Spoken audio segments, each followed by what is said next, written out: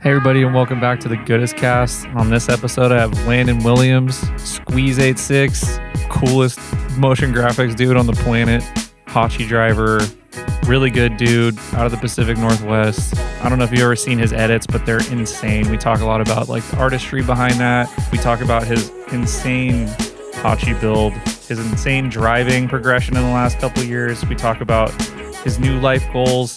We go really deep on this one. It's also funny. Landon's just one of the coolest dudes on the planet. I hope you enjoy this one as much as I did. I'm happy that I even got to do this one with Landon, so check it out, guys. Landin Williams, Goodest Cast, roll it. Are you trying to reach enlightenment? Are you trying to enlighten them up? Well, guess what, dude? You need to get on down to Tire Streets and get your chakras aligned. They got tires. They got tires for the whole family.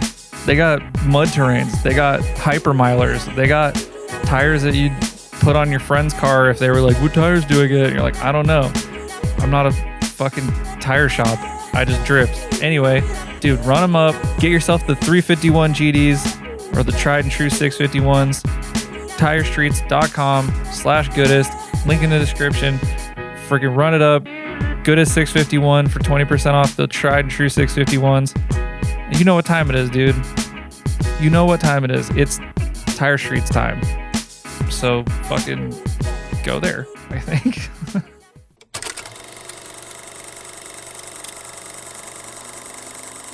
I've never done a podcast in an Airbnb before, so that's new. Yeah, we're breaking new terrain. Yeah, it definitely feels like some OnlyFans shit about to go down.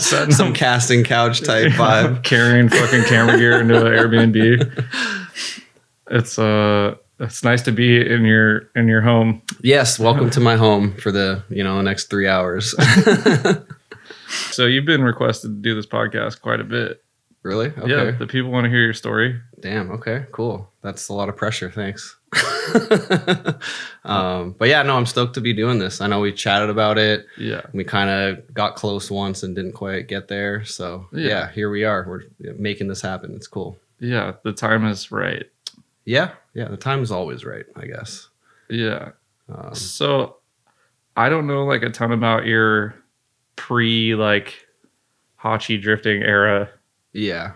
But I know that you did work for like video games and you did some like really cool like Forza edits and stuff like that. That's like kind of what I heard about you, but I know like nothing about it or how that started. Yeah. Okay. Is that where you want to start? Is that kind of? Okay. Yeah. I mean, we could start at the beginning of that. I mean, I'm a little mysterious. I don't really share a lot on the internet, so I'm not surprised that most people don't really know. But yeah, I worked in the video game industry for 17 years. And yeah, it was sweet. I got to work on Forza for 7 of those years. So it was like a really long run. Basically started working there around like Forza 2 timeline. And yeah, did like all of the in-game cinematic trailers basically for like Forza 2, 3, 4, and I think 5, and then Horizon as well. So yeah, it was sick. And there's kind of, like a little bit of a backstory on like how that all came to be and whatnot. But yeah, it was cool. It was like a super crazy experience, and that like obviously gave me a lot of experience and practice editing, which is something that I, definitely like spend a lot of time doing. Yeah. All your Squeeze edits are like insane. I'm like, yeah, it's fun. It's cool to like be able to get an idea out, and like, I feel like earlier in my career, I'd have these ideas, like these grand ideas, right? Because in your brain, you can just invent anything carelessly. You can be like, oh, it'd be so sick, and this is going to happen, and then I'm going to do this and that. And it's like, it seems so easy. But early in my career, I like couldn't get it out. It was like, I didn't have the technical skill to like execute the ideas. And I always just felt like my stuff was boring. I'm just like, man, this is not what was in my head. But yeah, 17 years later, I'm like able to get somewhat close. I mean, there's still a lot that's, out of reach just because it's so technical, but, it's fun. Yeah. It's cool to be able to like think of an idea that's like, can I animate, my friends' heads on a map and have them collide into an explosion, and then have like the meal team logo come in and like actually be able to make that. It's cool. Yeah. Where does like a lot of your inspiration come from? I think anywhere and like everything. Yeah. I mean, there's definitely, I watched a lot of Top Gear for like, just inspiration, I guess, for raw editing, because I just feel like there was a moment where Top Gear was at like the absolute top in terms of the like just the visual style and sound design and like how they shot cars and made things feel fast, you know, and just the techniques that they used, you know, transition shots or like just how to make it feel exciting and like visceral or dynamic. So a lot of the stuff that I do, I think, came from that. Like I would go frame by frame through Top Gear and be like, what is this transition? Like, why does this feel like when I see it, it makes me feel like, holy shit, that's exciting. Oh, that's cool.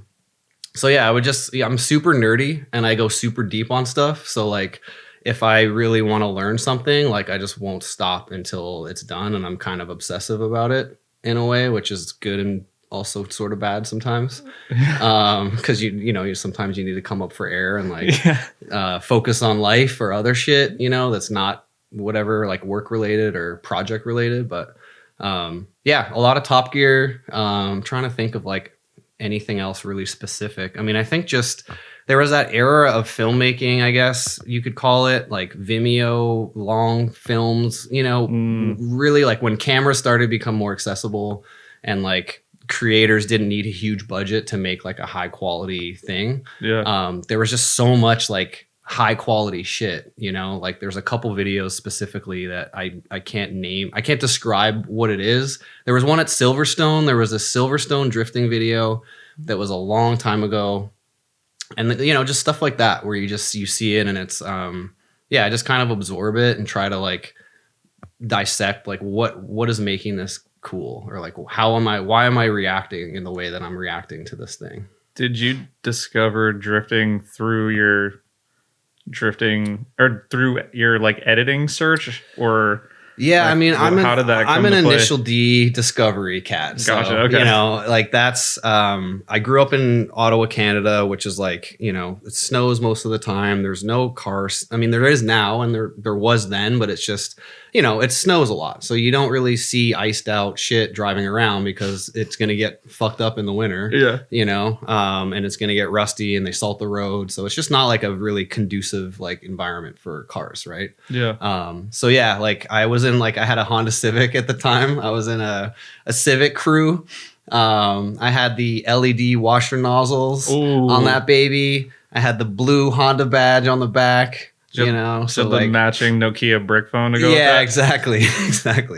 So yeah, that's kind of, and obviously like, you know, the first Fast and the Furious movie came out and that was like, those two things kind of happened at the same time. I had already been into videos from like skate videos. That's kind of how I started with video editing. And just, that shows. Right. I mean, I think there's a lot of people in drifting that came from skating or like BMX or whatever. Yeah. But yeah, you know, drifting, I think came into my life around like that time where it's like Fast and Furious came out. I was in this Honda crew and, you know, we watched Initial D and I was just like so absorbed in this, like, I don't know, it just caught me, you know, it just caught me in the story and like just how they did it. You know, we don't need to nerd out on Initial D. I know everyone fucking knows about it and it's played the fuck out. But, you know, that's my story, you know. I enjoyed Initial D. I found it like later. Okay. Yeah. But like I thought it was, I actually, when I took the time to sit down and watch, I was like, I get it. Like I understand why like a lot of people like got into cars purely because of this, because they like did such a good job with it. Yeah, really did. So yeah, Initial D is kind of where I started. Yeah. And so you just did like editing, but you weren't driving yet. Yeah, definitely. My driving, like it took me a long time to get to driver, like be able to drive. You know? Was that like a financial thing or was it just like time? Or I mean, it's both. Yeah. I mean, I bought a Corolla hatchback to be a drift car, and then I was just like, you know, I think a lot of people do this. They buy a car and they're like, I'm gonna gut it, and I'm gonna go thrash it, and then you drive it around the street like 3 days, and you're like, I don't want to hurt it. Yeah. Like, I don't want to do it. This is the best thing I've ever bought in my life. You know, I don't want to mess this up. So that happened, you know, a long time ago. But I think also drifting, maybe it's different now because like there's more information that's accessible and it's like a little bit more like there's Instagram, like you can kind of reach out to people, like information and like how to build a car is like a little bit not easier, but just like the information's out there. But, you know, I moved to Seattle from Ottawa and, you know, for my Microsoft gig, and like I had no friends out here. So it was like I moved here, no family, no friends. I like dropped my whole life and moved here. I was like, I think 22 or something at that point. And so it takes a long time to like figure it out. Like, it's a big move at 22. And it's Seattle too. It's like it's hard to make friends in Seattle. You know? And yeah, I think just without that, it's like, how do you learn? How do you learn how to build a drift car, or like what to even look for, or how do you even set it up, or like how do I even turn a wrench? You know? It's really, I think it's a big barrier for the sport, you know? And even when you like try to get there, it's like you still have all these hurdles in your way, and it's like so daunting and like stressful and hard. It requires so many different types of skills. Yeah. And like you need to have people around you that have at least one of those skills, or you're spending insane amounts of money just to do it on like a really basic level. That's like totally. And it's, you know, people don't necessarily want to build drift cars. Like shops, especially like, you know, 10, 15 years ago, it's like no one even knew what they were looking at. They were like, Toyota Corolla, and you want to do what with it? I'm not interested. This sounds like a disaster, and I don't want to be a part of it. So yeah, it just kind of took this a while. Kid coming in. Yeah, you know, like 86 Corolla. I remember going to a shop in one of my Corollas. It was the second one that I bought, and it was a pretty janky car, you know. And I just remember taking it to a shop, and they just wanted nothing to do with it. And I was like, okay, it sort of was like that moment where I was like, the only way this is going to happen is if I like figure it out and build the car, because I just, you know, financially it didn't make sense. You know, it's so expensive to pay a shop to do labor. And so, yeah, it just kind of was like, it was a slow process of just like learning slowly and meeting people, and, you know, meeting people that really like invested their time in helping me, which was like really, felt really fortunate, because I know that not everyone like runs into that. You know, there's a lot of people that are doing this by themselves and they didn't have any help, you know? Yeah. What was the first big project you did? Like, what do you mean? Like on a car? Even with like help from friends or whatever. Yeah. I mean, let's see. I mean, I think the first big moment was when my 20V motor, the timing belt like snapped or came loose, or the tensioner broke, and I like totally grenaded the motor. And so all the valves were bent. You know, I actually shipped a car to LA to get a 20 valve swap done, because I didn't know anyone else to do it, and that was the only connection I had. So like I fucking shipped this Corolla on like a enclosed trailer with like other Porsches and all this like crazy shit, and I shipped it down there. They like, did don't the hurt swap. My baby. Yeah, you know, I was all protective, so I wanted it to be enclosed and like blah blah blah. I respect that. You know. But yeah, that was kind of my first big one. I did that, and then, you know, shit happens. Like, it's an old car, whatever, and you know, the timing belt, I think the tensioner broke or something simple. But on a 20V, it's interference, and it's all over. Like, as soon as the timing is over and it's turning over, you're done. So yeah, that was actually where like Matt and I became really good friends, because cool. You know, I met Matt through Ian at Factory 83. He was kind of the connective tissue, I guess. And he introduced me to Matt because I blew my motor, and I was basically like, okay, this is it. I was basically, you know, I was ready to give up, which I think everyone can relate to. It's like, I probably wanted to give up like 3 weeks ago. Like there's just so many times where you just want to throw in the towel. You're like, why am I doing this? This is ridiculous. I'm like spending all this time and energy on it. But yeah, Matt definitely came through and was like, he helped me through that stage. And I think that was when it was like, okay, I can do this, you know?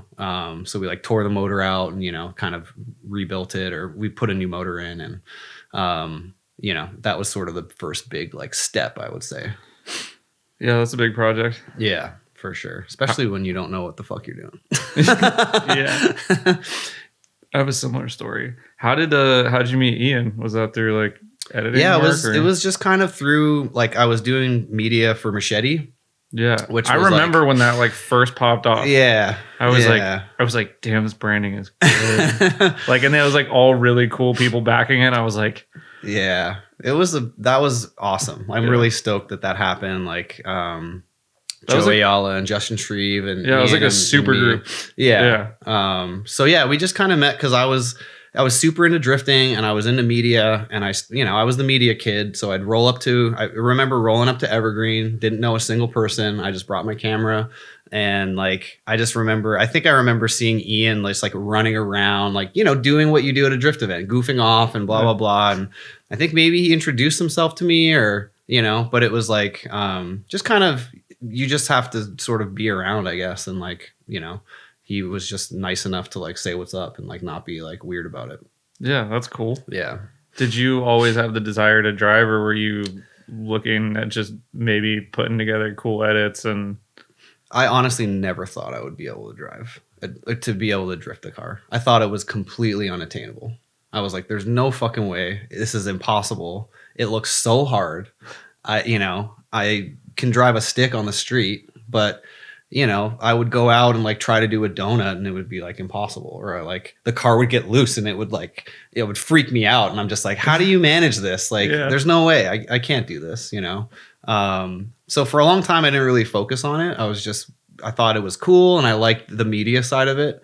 So I focused a lot more on like just the shooting and editing and like going to park and shooting like I made that like monochrome edit, which was like really cool, like slow-mo, black and white, just yeah, you did a lot of really cool stuff. I like in the drift edit era, you were definitely like a force. Yeah. Oh, I appreciate it. Yeah. I mean, so yeah, it was getting into driving was a huge leap and it took like a long time before I actually like got into it. Yeah. Yeah. What was like the pivotal moment where that changed, where you were like, I am going to try this? I think just having Matt around, like he wouldn't let me give up, right? Matt, it's like, he just kept pushing me. Yeah. Kept pushing me. And like, I think he could tell that I wanted it and he could tell that I was really committed, but that I just didn't have the resources or whatever you want to call it. So yeah, he just kept pushing me and it was like, a couple years, I saved up money to buy a second Corolla because I was like, I can't mess up this Corolla that I'm in love with. So like that one's off the table. So I saved up for like 3 more years, got another car. And then that was sort of like, once I had the second one, then it was sort of like, yeah, game time. I can do this without, if I total this one, I still have my baby. And like it gave me that like comfort. It's like a security blanket. Yeah. Cause like in your head, you're just like, I'm going to go put my dream car into a wall, like, and I like will not be able to live with myself. Yeah. Totally. And I mean, when you're learning, you go through all those scenarios and you're just like, I'm gonna fuck this up. I'm gonna fuck this up. I'm gonna crash. I'm gonna crash. I'm gonna make this car unrepairable, and I'm gonna hate it, and I'm gonna hate myself. Yeah. So that was the big moment. And then started drifting at Park. With a stock 20V Corolla with like no steering mods really. Like I think it was like stock angle and like at Park, you've been at Park. It's like it super technical. Yeah. And I'm like in a stock 20V and it's like it's so hard because it's driving a lowered power car just like requires you to go fucking fast. And it's like, but then everything's scary. You go fast and then you understeer or whatever, the tires break loose and you don't know what to do, and you panic. It's just full on panic mode, so it was a lot of panicking. I feel like I panicked for like a good 2-3 years at Park, and then finally started to like get over that and feel a little bit more comfortable. But I think learning in a low power car with like minimal angle is the best thing you can do though, because like look at you now, like you're fucking hucking it in there, dude, and like in like a very very cool like unique car, and you're like driving it like it should be driven. It's pretty sick. You've progressed like crazy. Yeah, no, I appreciate it. I mean, I know it sounds corny, but there's a lot of times where like I do something and then I'm like, did that just happen?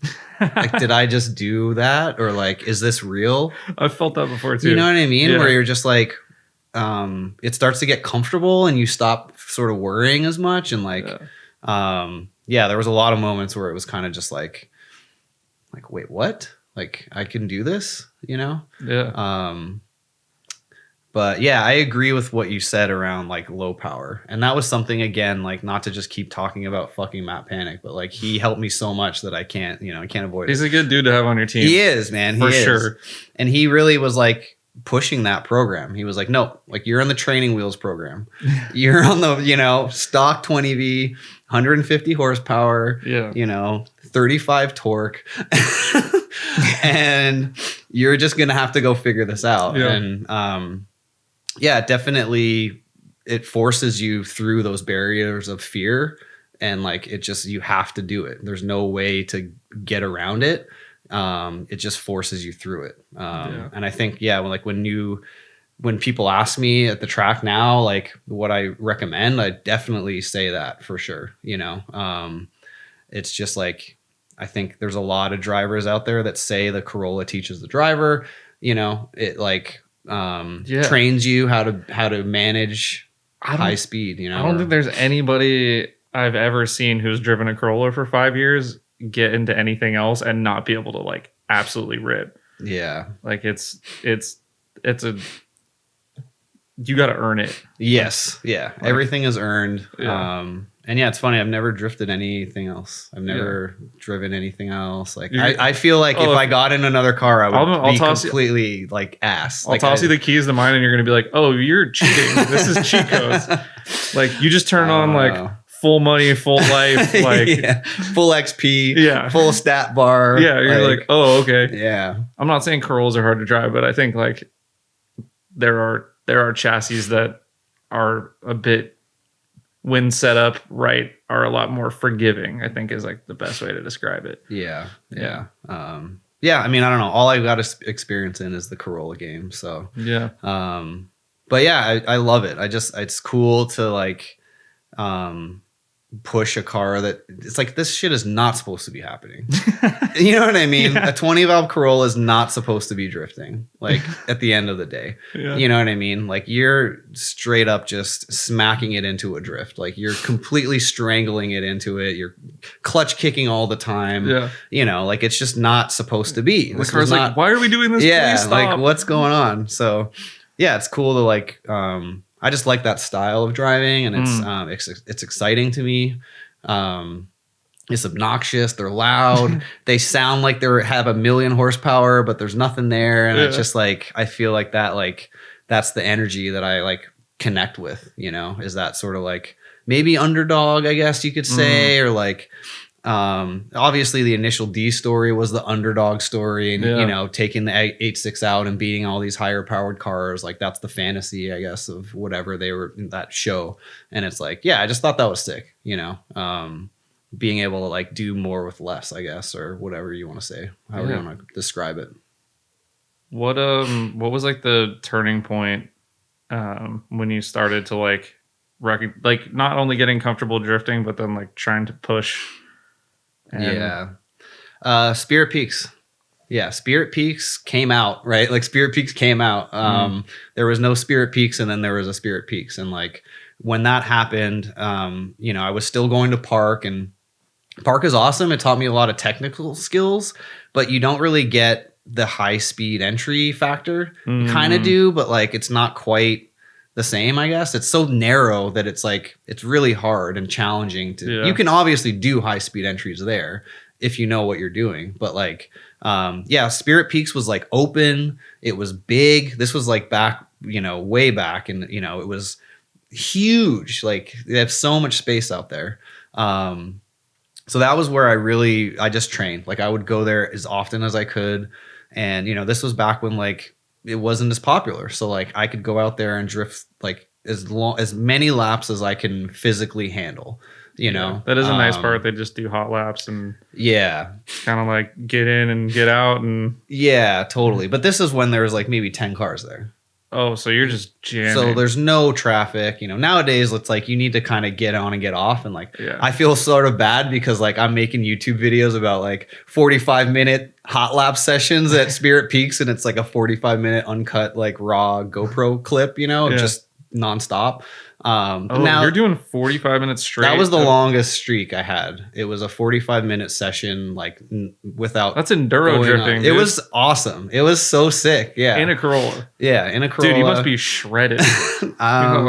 Yeah, I don't know. I'm definitely not shredded. No, yeah, definitely. At least got some forearm strength. Yeah, I guess. But yeah, it was like, that was such a cool day. I don't know. I black out when I'm out there, and to me, like the first like 10 laps are like warm ups. Like you're not even zoned in yet. Like for me, and maybe like now I can sort of ramp up quicker and like get to that like level faster, I guess. But like back then it's like you're analyzing every tiny thing. You're like, okay, on that lap, I like went too shallow, or I initiated too early, or I didn't have enough speed, or whatever it is, and like, so every lap, it's like I would do a lap, and then it would just be like you would just register all of these like areas that need improvement, and then it's just like it's addictive because I didn't want to stop until I fixed all of the things that were just broken on the last lap, and so it's every time you drift, it's broken. Like there is no perfect lap. Yeah, like there's always improvement. Like there's always, it's like impossible to say that I did the perfect drift. Like it doesn't exist, right? Yeah, I mean, I don't know. That's how I feel. I don't know how you feel about it, but I don't think there is. I don't think there is. That's why it's so cool. I mean, there's no perfect lap in racing. I mean, maybe there is, but yeah. Fucking AI might do it in 1,000 years or something. But yeah, it was just like being able to hot lap, being able to be comfortable with no walls. It was very low risk back then. There was no concrete. It was like plastic barriers. And just endless space, endless seat time. I feel really fortunate because I don't, it's harder to get that amount of practice in. And like, I was obsessive, dude. Like once there was a way for me to get that much practice in, it was just like, I would like take GoPro. I mean, this is how all the Squeeze videos started, is like, I would just do the GoPros so that I could like review the tapes. Like, and people like in sports and stuff, they like watch like immediately after or whatever, soon after the thing that they did, they rewatch it and like nitpick the fuck out of it. What did I do here? Why did I miss this pass? Or why did I like shoot here when I should have, whatever, so I would just do that. Like I would go out, and this is what I mean. Like once I have a target, it's like lock in. I fucking lock the fuck in, and I have horse blinders and nothing else matters. And, I'm trying to like in my like older years, like train myself that that's not always healthy. It's okay to widen the perspective sometimes, but I was so excited. It was like I wanted to do this for so long. I had been filming it for like almost 10 years. Yeah.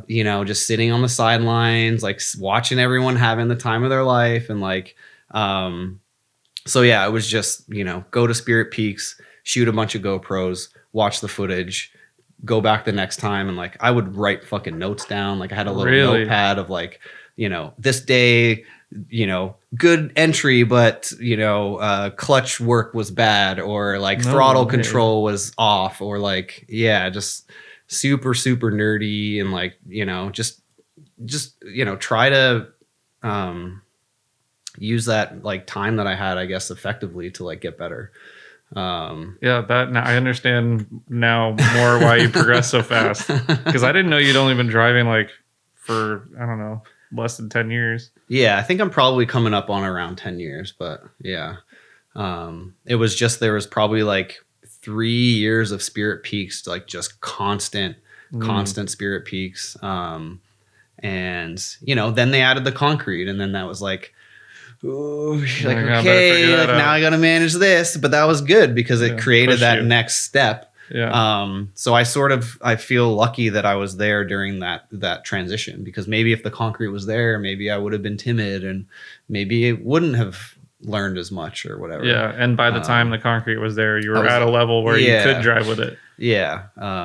So yeah, I don't know. I think that was like, for me, the big kind of leap forward, I guess. Damn, that's cool. Yeah. I feel lucky. I mean, Spirit Peaks is awesome. I mean, obviously I love it. All my videos are there. I'm always shouting it out. I mean, it's a cool environment. It's like super accepting of just whatever you bring. Yeah. And I just think that's cool because, again, like you said, it's not easy to do this. No. It's not easy to build a sick car or whatever. And like, yeah, it's just cool to be able to like have something accessible, I guess. Yeah, I've driven Spirit Peaks three times. Mm-hmm. Yeah, it's out in the middle of like. I think that means that like 3 is not enough, bro. Like you need to come jam more. I think I would love to. That's about. Yeah, I need to do. I'm gonna do my 50 states tour. At some point. Yeah. Once I win the lottery. Yeah. But yeah, I went there recently, and it's like it's pretty wild. Like, it is super wild. So the thing about Peak, and I love Peak, and I actually like love this factor. Yeah. But it's like a war zone because it is open grid. Yeah. And you've got such a diverse crew of people out there. Yeah. Such a because I was a beginner at one point, and so everyone should be allowed out there. I don't think there's any reason that, you shouldn't be able to go out as a beginner and you're going to spin every corner. Yep. But it's open grid and there's space. So there's this sort of sense of like, you don't necessarily have to stop, where you can kind of, I spin out, I just get off the track and everyone else can keep going. Right. Yeah. And it just sort of, I think, creates this like and I think that's cool that, I've talked a lot with like Adam, who runs Spirit Peaks and like, he's a cool dude. Yeah, Adam's awesome. Yeah, super cool dude and like really committed to this and, went all in on this and really like invested himself in this. And I think it's cool because he really wants to keep that, he knows that people come to Peak for that experience of hot lapping and like not getting caught up or, not doing a lap and then parking and stopping. And I think, we're talking about like learning. It's kind of hard to do a lap. You fucked up a bunch of stuff. Sit there. And then you got to sit and you wait. You get cold. You kind of forget what you're doing. Yeah. And then you got to like shake it off and turn it on and then go, when do I was a learning, lap again. That was the word. Yeah. And it's like, you just want to go back out right away and be like, same lap, like exact, same lap. You can just go right back out. And like, so anyways, I think it's cool that Peak is like that. However, it does make it really chaotic. Yeah. But it's cool. It's kind of like. But it's cool because again, it's exciting. It's exciting, and I think the danger factor, and like you never know who you're gonna like run up on, and like I don't know, you might like get somebody's door that like doesn't know you're coming. Totally. Or you just like pass people, and they're like, well, I don't know. Yeah, it's super chaotic, and I think that was also something that once I made Squeeze, first of all, when like I first released Squeeze, I didn't feel ready to have a car that looked like that as a driver. When I first came out, I think I was probably like a year too early in terms of like driver skill to like car coolness, And so like I was always really nervous about crashing. I still am, I really don't like contact. I really I hate body work. I don't want to fix it. I don't want to do it.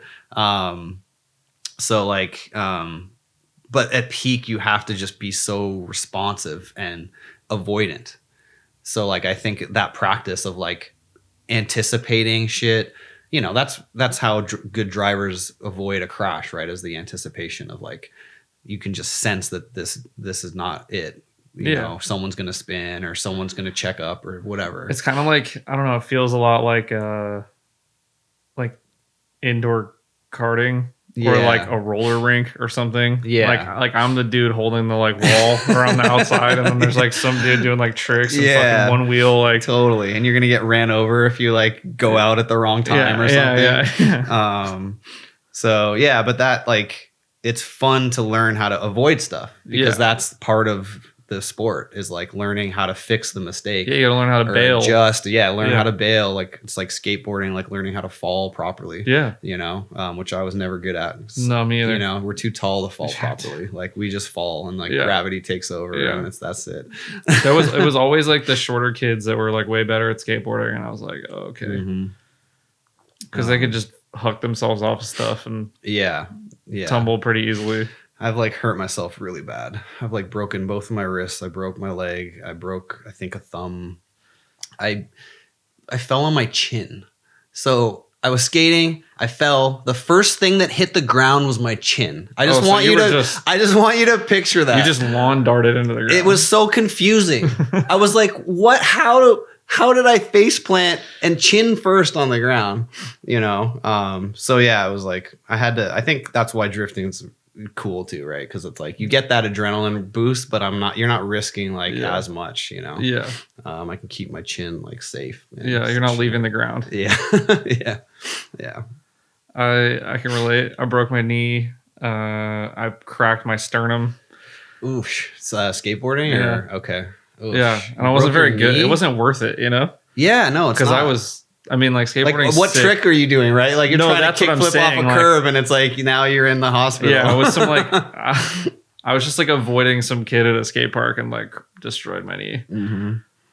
I was like rolling over a fun box and just like bailed at the wrong time. It was I've been. I wish it was a way cooler story. Yeah, well, same for me. And it's funny you mentioned that because like I didn't really like connect these things, but I sort of see drifting as the same thing, where like the risk reward of crashing to the hotness factor, like that's something I really like pay attention to when I'm out there and like thinking through like, I don't know, do I go on this next lap? Are the conditions good for me to like push the boundaries? Or is the person in front of me, do I sense that they're like comfortable in what they're doing? Yeah. And it's like that risk factor of like, I could try to kickflip this 6 set and I could be cool and maybe I could get a cool clip of it and it would like make me feel cool for a day. But is it worth the risk of like breaking your leg or like breaking your back? I think for a lot of people, sometimes it's like, or knowing like the ground down there is not a good material to land on because I've landed on that. Like, it's just like that experience of like, I've seen that car before and I know how they drive and I'm gonna not like stay close behind them. I'm gonna give them like 10 car lengths, just kind of thing. Like, or even just like that little extra space, like you give yourself that like couple milliseconds of reaction time. You know? And it's crazy how small that window is. Like the difference between being like 3 or 4 feet away and the difference between being like a foot or no feet away. Yeah. Like there's the amount of reaction time is like, it gets drastically kind of shortened. So even if you just give a little bit of space, you still can wiggle out if something goes wrong. Yeah. But the 1 to 0 feet is reserved for a very select few of people that you like know what to do with. Yeah, totally. Or you just accept that if something goes wrong, you're just gonna be bopping stuff, and it's just like that's it. That's the game. And I really like like animal style. You guys are crazy, and like I really envy sort of the just like not being afraid, I guess, to like do it.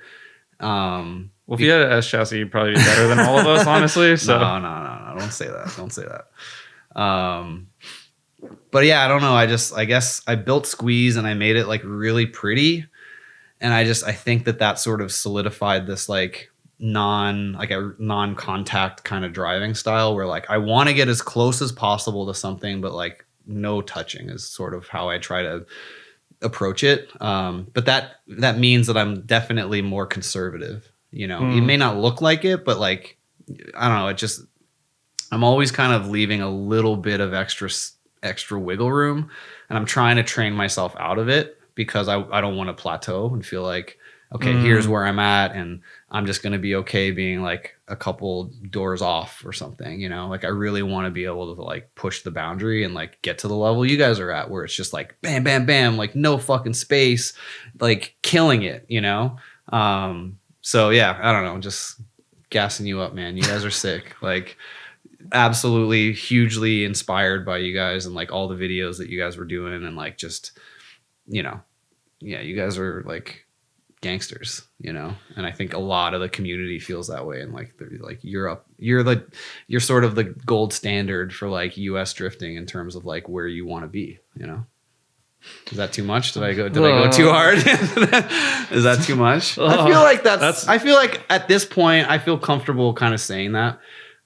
But also I only kind of have a window on like West Coast drifting, so like maybe I'm being super oblivious to like some East Coast stuff. Yeah, I mean, I don't know. I think I think I stand behind what I said, actually. Fuck Yeah, that. You guys yeah, are the all gold right. standard. Like, your cars are sick. You go super hard. I mean, yeah. Like, I watched Julian at Apple Valley, and it was just like, I was like, every time he would enter, I'd be like, no fucking way. You know what I mean? I'm like, nah. Yeah. And I'd be like, go back to what I was doing. And then I'd just hear him like complete the corner. And I'm like, are you fucking serious? Like, he pulled that off. Like, are you kidding me? Yeah. You know? In a Z. Yeah, in a Z. That night was so sick. That was like one of the most legendary Yeah. nights I've had in drifting. Oh, Actually, yeah. like that was like probably one. It was like the day after Final Bout, and like Yeah. Final Bout was like not even close to as cool as that event. Yeah, like, and it totally. wasn't even an event. It was just like It was just Panic. jamming. Yeah. Panic just rented the track, and he's like, "Yeah, we're gonna drive a bit. Like, you guys can come." Yeah. And dude, just the like energy of all of us hanging out on the side of the track, like cheering everybody Yeah. on, like doing big entries and stuff, like at night, and like the weather was crazy. There was like lightning in the distance, and it was I just like remember that. it was Yeah. the like the energy of that night. I need to You wanna recreate capture again. it. I know. Yeah. I know. Yeah, I agree. That night was super awesome. And just, yeah, like I remember Aaron was also just going off, Dude. like just going Yeah. so fucking off. And like, you know, that kind of shit sticks with you. And it's just Yeah. sort of like, you know, I've talked to Julian a lot. Like, we've been friends for a long time. And I know he went to Japan and went to Mahon. And it was like, that was his sort of like, you know, Mhm. moment. He mentioned how like shocking that was, and just sort of like, whoa. And like, he did the same shit to me and like shocked me. And I was like, fuck, I have to get so much better. Like, I'm like so Yeah. far behind these dudes. Damn, this is like, you know, but We're it's all- good. That's what this is about. Yeah. You know, it's about just pushing each other. It's not a contest to be like, you know, I really prefer, I like drifting for fun. You know, I've never entered a comp. I don't really plan on doing it. You know, it's, for me, it's just about the vibe. Like, that night with friends doing the thing, it's like we're all just Yeah. out there skating, and like Yeah. homie lands the kickflip down the 6th set, and we fucking go off. Yeah. And it's like everyone's just stoked that he didn't die, you know? And you think it's over, and then somebody just fucking hucks a tray down, Yeah, and you're exactly. just like, what is happening? Yeah, then next week someone else goes and Yeah. levels up again. Yeah, and like, yeah. I think that's what this is about. You know, it's just it's a sort of gentle pushing each other to improve. But like, you know, there's no like, at least for me, I don't have the desire to like try to beat somebody at it. Like, I just compete with myself, because honestly, I think that's the only equal footing at the end of the day is your own lane. Because it's like, you don't know what other people's scenario is. You don't know how much time they have, or how much funds they have to go do this, or what kind of access they have, or what kind of car they have, and what setup. And, you know, there's just so many variables that like comparing yourself to someone else in a completely different car with completely different circumstances. Like, they've driven this car for this many years. This is a new chassis for me, blah, blah, blah. Like, and also just the full subjectivity of it all. Like, who really won? Like, who out of these two, you know, that's what in drifting, competitive drifting, it's like one more time, because it's like, it's so hard to really, it's not a clear, sometimes it's not super clear. Sometimes it's not like, obviously like, oh, I scored more baskets than you, we won the game, you know? It's like a these are the clear- defined rules. There's 20 Yeah. cameras, 5 Yeah. refs. Like, it's just, Exactly, you know, and I think that's, I have nothing against it. I think I get why people do it, you know? I think it's like, if you want to be sponsored in drifting, you need to do that. You know, that's the lane for that type of, you know, driver, if that's what you're after. So like, you know, I'm not trying to knock on people that compete. You know, we just judged Final Bout, which was a whole, you know, really challenging thing to do for all these reasons we just talked about. But yeah, I prefer the skate vibe, the jam session skate vibe. Like, we want everyone to win. We want everyone to land that trick, or we want everyone to get that entry they're trying. And like, it's as simple as that. You know? speaking of judging, do you try and bring that energy into judging? Like what do you mean? What as far energy? as like, do you try and bring like because I mean, like the way they do Final Bout is like, there's like a jam session with all the teams. Like, do you try and kind of keep that like, honestly, no. oh, so you're really detailed and Well, yeah, because I want to do it justice. right. You know, like, I don't want to get caught up in the hype and sort of, you know, be Disregard swayed something by else. Yeah, Okay. disregard something else. So I actually like kind of switch modes entirely, and I'm just like, this is pure mathematics, you know, or as much as I can, you know, like obviously like you're human beings, you know, it's hard to like watch that much stuff and like, you know, be super exact about it. But yeah, I just, you know, I want to, first of all, like I feel really fortunate to be asked to do that. You know, I feel like in some ways, like most of the drivers out there, like they should be doing it. Like I kind of feel sometimes like I have no place doing it in terms of like how long I've been driving and like, yeah, but whatever. I think you're a really good example of like what they're aspiring to create. Yeah, I can, I mean, yeah, I think drive cool, very well done car and like be a good part of the community. Like that's really, yeah. That's it. Like that's why you're invited to be able to judge other people on those characteristics. Yeah. Yeah, I appreciate it. I guess, you know, like you always just kind of feel like, do I belong? Like imposter syndrome or like, yeah, you know, I feel like that's just a part of life sometimes, you know, because you see so much cool shit and it's like, I don't know if I could go out with 4 cars and like do some of the laps that we saw. Like that shit was crazy and like super high quality, super high level. But yeah, I mean, I do, that is something that is part of my aspirations is to like, you know, 10 out of 10 car, 10 out of 10 driving. And it's like, or let's just say 9.5 out of 10 because there is maybe no 10 out of 10. That's like, that's too closed ended, right? You always need to leave room for like the next level, right? But yeah, I think when watching drifting and like when I was doing media, you know, you're attracted to cars that are pretty because there's this fear factor of like, oh my god, like this you're gonna wad this like you're doing car? This and that, you know. Are you lacking pumps? Are you a 2-pump chump? Well, guess what? You need to get to Fuel Lab and get yourself some of these brushless pumps, dude, because they pump all night long. You know what I'm saying? They don't stop. They don't stop pumping. They don't stop pumping until you'll drop. You know what I'm saying?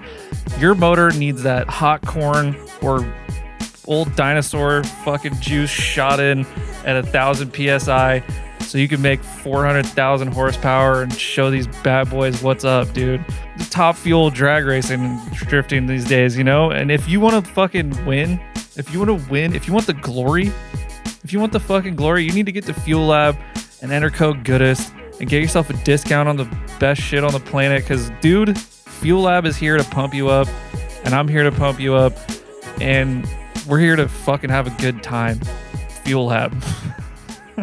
I remember going to Evergreen and someone was like, "Oh, you brought the show car to the drift event, huh?" And then like in my head, I was like, "You'll see." Like, nah. Yeah. And then went out in like a 5-car train, you know, and just did the shit. And it's like, I just think that's the ultimate level. And I don't know if it's possible to do that because for obvious reasons, you get to that, you know, 8, 9 out of 10 in terms of like driving proximity and speed and initiation, commitment, all the stuff that like gets us excited. You get to that stage and it's like, how do you maintain also a 9 out of 10 where your engine bay is perfect and the interior is perfect and like the body panels are perfect? It's like, it just, I don't know, maybe it's not possible. Maybe it is. Maybe there has to just be a trade-off. Like you can't have it both ways, you know?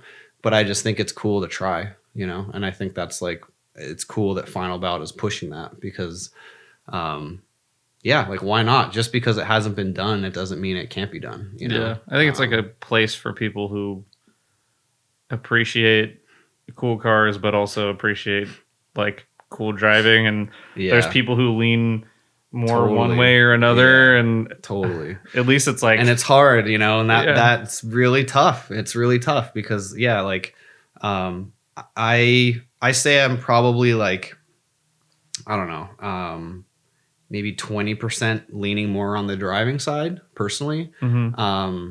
You know, like if your car is if it's, you know, put together and well thought out and like painted and looks good, but if it's got a little rough around the edges, like, okay, whatever, you know? Yeah. If you're going 8, 9 out of 10, that's hot. It's still sick, you know?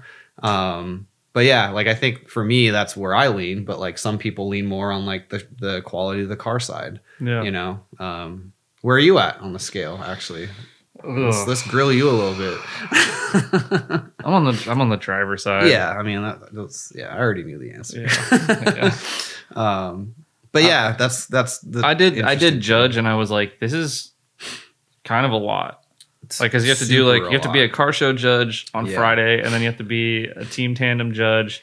Yeah. And then like in your mind, you're like, this team should win. Yeah. But then you're like putting the scores together and you're like, well, I did say that they sucked at this. Yeah. And it's like, that is how it all comes together. And totally. It's like, it is like, it does take a lot. And yeah. For sure. I mean, I think definitely just while we're on the subject, like I want to shout out to Husky Situations for their driving. Yeah. At Final Bout, you know. Incredible. Super fucking incredible. You know, awesome. Killed it all day. And like, that's the thing, you know, I was chatting with Simba about it and like, I don't have the official scores, you know, but like he just said it was like 0.5 difference between like the top, like I think 7 or 8, like 0.5.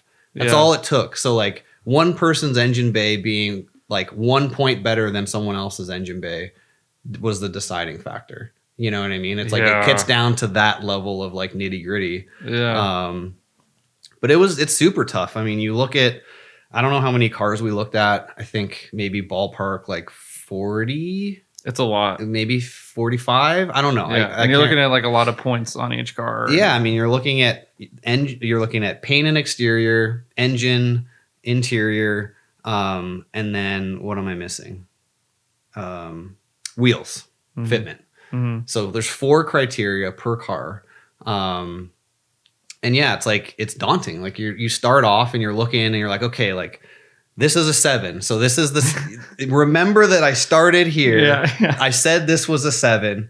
Now you're 40 cars later looking at another engine bay and you've seen 40 other engine bays that you've tried to like maintain that sort of consistency. But you know, that's a lot to process, you know, and to like do well. So yeah, it's definitely not easy. And I think like, it's also hard because again, like you just want everyone to win, right? Yeah. You don't want anyone to not win. Cause it's not like this like crazy serious competition either. And it's like, you know, everyone came there to do well. Totally. Yeah, and like you're rooting for everyone. Like we're up there, like we want you to put this together. Yeah. Like I want to be able to give you that extra 0.5, but like I have to restrain myself because you didn't get there. Yeah, you know. Yeah. And it's just like it's really this sort of like mind fuck, I guess, in terms of like trying to manage your emotions and like keep that out of it. But at the same time, we're humans, we're emotional, and like drifting is an emotional thing. Like sometimes the sound of a car can make it feel more exciting than another car, or the sound of the way they enter, like what noises the car makes, you know, like it makes it feel more visceral. Yeah. So yeah, it was like,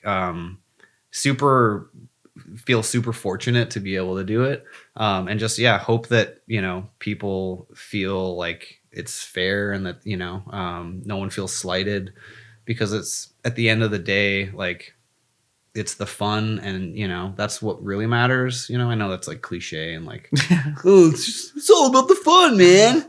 But it really is. Yeah. Like, you know, it really is. I don't know. What do you think? Like, what are your goals coming up for driving life? I know you like started the brand. We could talk about that too. Like you took Squeeze, which was the car, and turned it into a brand. Yeah. That I happen to be wearing. Yeah. Yeah. I mean, that all started kind of as, you know, it all starts innocently, right? I was like, this is expensive, you know. Yeah. It's the same reason why everyone's doing it, you know, because this is really expensive and we're all paying for it ourselves for the most part in the grassroots community. So it started as more like people kept asking, honestly. They were like, where's your stuff? You know, like, why can't I get something? And like, it just got to the point where I got over that hurdle of feeling weird asking for people to buy something, you know? Yeah, I know that one. I just got over the hurdle and was like, they're asking me. And so I should do it. And so I just kind of started, I didn't start small because that's just not how I operate. Like, yeah, if I'm going to come out with something, it needs to be like a grand slam, like right out of the gate. Like, I don't want to even fuss around with like entry level something. Like, you know, when I dropped Squeeze, it was like I had this fucking extravagant reveal video with like a silk sheet on the car. And like, that was pretty cool. I remember seeing it. you know, like I ordered the silk sheet. I had to order it from the UK because it was the only place I could find it. And it took like 3 months to get there. So I had this silk sheet like in my head planning this thing that I knew I was going to do like 6 months before it happened. Like, that's how like orchestrated I try to approach things in. Like, so you're always 5 steps ahead of your next. yeah. Well, I mean, I need don't a little know. bit more of that. I don't know if it's like that, but it's just more, I really love big, challenging things, like complicated problems that take like a lot of planning. You know, and like just sort of that, like when you finally get there on this journey, you know, like you built the car, like first you like even think, can I even have a livery? Like, am I even good enough as a driver to like deserve to have a cool car? Like, do I even want that attention? Do I even want people to like watch me drive yet? Am I even comfortable? You know, like I used to be afraid when there were spectators, like, yeah, you know, me too. Yeah. I mean, of course, like when you're learning, like you don't want to fuck up and have people laugh at you, right? No one wants that. Yeah.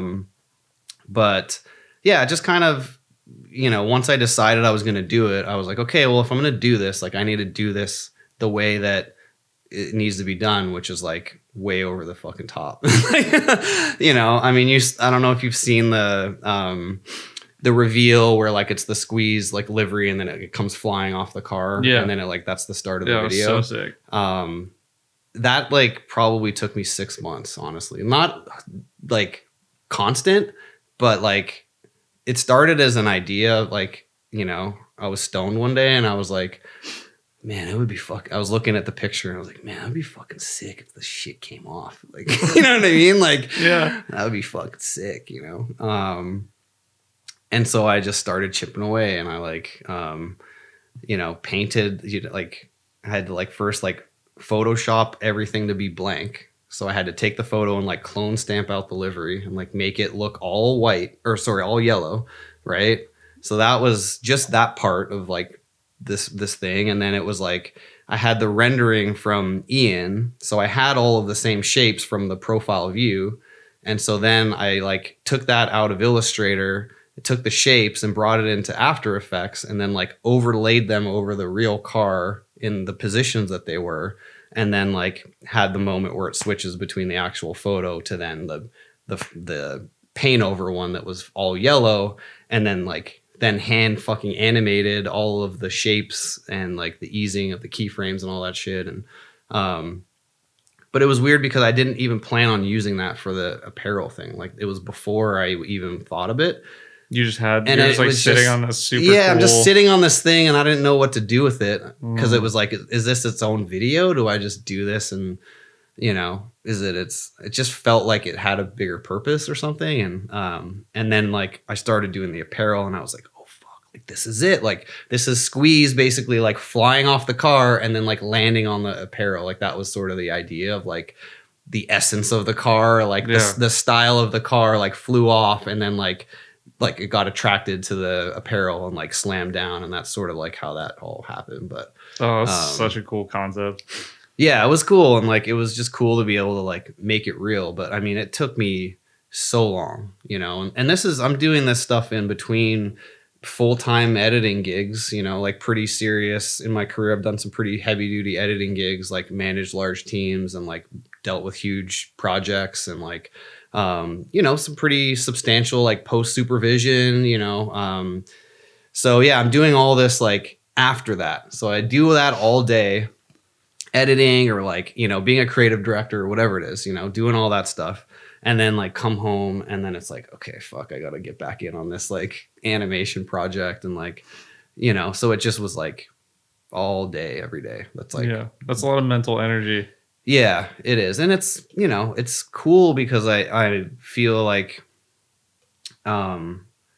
it's cool to like finish an idea. We were chatting about that earlier. Like I get really hung up on that. Like if I see or if I think something is cool, like I won't give up until I either prove that it's not possible, you know, or like just prove that it's like way beyond my reach. But if it's like within like you can almost get to it, you know what I mean? It's like, like you just don't want to stop. And so, yeah, I don't know. It's just how I am, man. I don't know. I'm kind of like weird like that. I just sort of zoom in on these like projects and just kind of like, I'm like the mad scientist kind of sometimes. Like you just lock me in the room. Like I'm not really like super, you know, I don't like post a lot about myself, or like I don't like take selfies, or like I don't tell people what I'm doing. Like I operate in silence. Like I think part of the thing that was cool about the Squeeze launch is like no one knew it was going to happen. No one had seen the car. I was like, my friends were taking photos. I was like, delete that. I was like, legit. Like delete that photo right now. You're like, I am an artist and I'm gonna unveil my artwork. Yeah, like I want this to be shocking. Like I want people to be fucking shocked and just be like, what the fuck just happened? Where did this come from? You know what? That's just how I like to roll. Like move in silence and then just let it speak for itself, and just like press play, like, you know, press upload, and then just like go back into the cave and just like let it exist. You know. Yeah, I feel like that's like one of the. I feel like that's one of the things that like draws people into drifting is like the creative outlet aspect of it. Like totally, just the fact that you're like, oh, like I'm not doing like spec Miata. Like I'm not just want to go racing. Like I want to like build my car, and I want to like build it in my head, and then see if I can like turn that into reality. Totally. And sometimes your ideas don't actually work out. Sometimes they do, and you're like, oh, like what if I try this on that? And like just that process of like, I don't know, like I have a build I've had in my head, and I've been like tinkering with it for like, I don't know, maybe like 5-6 years now, and like it's finally starting to like fall into place, like what I actually want to do. Mm-hmm. And like I'm so excited to like start on that and like do it, and I know it's gonna be so much work, but like you know what I mean? What are you trying to do? Or is it a secret? Yeah, I'm gonna keep You're gonna keep it on the DL? Yeah. Okay. Yeah. Like I like it. Yeah. Like that's one I want to like unveil, you know? Yeah, totally. Like, well, I got a silk sheet from the UK you can use. Sick. Yeah. It's very lightly used. I mean, like, Julian used to kind of do that. Like he would like change his livery like every like 6 months. Yeah. You know what I mean? And like he would like redo his car. Like I was like, dude, he's kind of like I don't know. Like I always joke about drifting being like performance art. Yeah. Oh yeah. I mean, because we're like creating something and then like destroying it. Like, there's like a lot of like weird artsy vibes to drifting. Yeah. Well, it's like I know there's like an art form. I think it's like sand, where you like make something in like it's like a really intricate sand artwork. I don't know what it's called, but then like the whole point is like when it's finished, you like rake destroy the sand. It. Yeah. Like you just like I just spent like 1,000 hours on this like thing, and then like you erase it. Yeah, I talked to Aaron Levitt about like how drifting is really good for people with OCD, because it like teaches you to like fucking let go. Yeah, like, totally. Yeah, absolutely. Is that something that you have? You feel like you have a hard time letting go sometimes, or? I'm gonna flip the script. I'm gonna interview you. Actually, this happens every episode. Yeah, well, that's good. I mean, people want to know about you too, man. You know. I think I definitely have trouble. Like, especially when I started drifting, I was like, if anything was like, if there was like a tiny leak or like like this made noise or something, I'm like, oh well, like I'm rattle. Or, I was like, I'm not gonna be able to perform my best, and like I need to like get better at drifting, and everyone's gonna think I suck and all this like weird shit. Or I'd be like, well, that noise could mean that it's just gonna like completely fail by the time I get there, and like I can't like go to the event and not drive and have the car break. Like so you just like you like talk yourself, you psych yourself up for sure, like a lot about like little shit. And I think like I actually remember the exact moment where I like broke through and just went like, I'll just fix it. Like, like, dude, it's you spent like serious. 5 years like learning how to build cars, and just fucking, if you break a control arm, like just replace it. Like, like, cause you know, you like, for some reason your head is telling you like, you might break something, you might ruin something. Like maybe your clutch is going, or like maybe like, oh, you should put it on the trailer. Like, maybe you should stop now. Like, the car's still driving. Like I have learned more in that last like 45 minutes of an event, just like when everyone's packing up, I am lapping. Totally. Like, and with the boys, I mean, crashes happen often at that time too. But like, yeah, you're right. It goes from like that you hit your euphoric peak, yeah, you know, and then it drops drastically fast. Yeah, you're exhausted, you're tired. Because I feel like it's such a minuscule.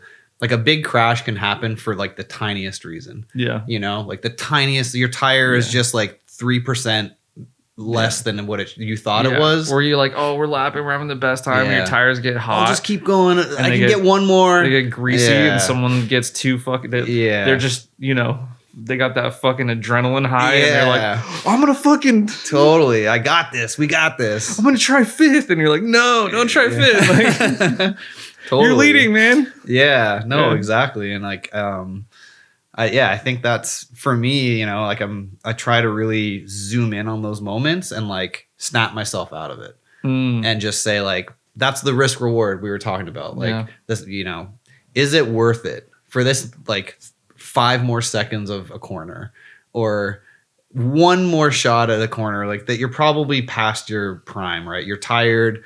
You've been driving all day. You're mentally exhausted. You've had like one banana all day and a Red Bull. You know what I mean? Like we don't feed ourselves. Like we're not eating well. We're not drinking water. You like shotgun a Red Bull. Yeah, you shotgun a Red Bull and like lucky if you have a banana. Yeah, you know. By the way, just so everyone knows, banana is the OG, like triple platinum OG track food.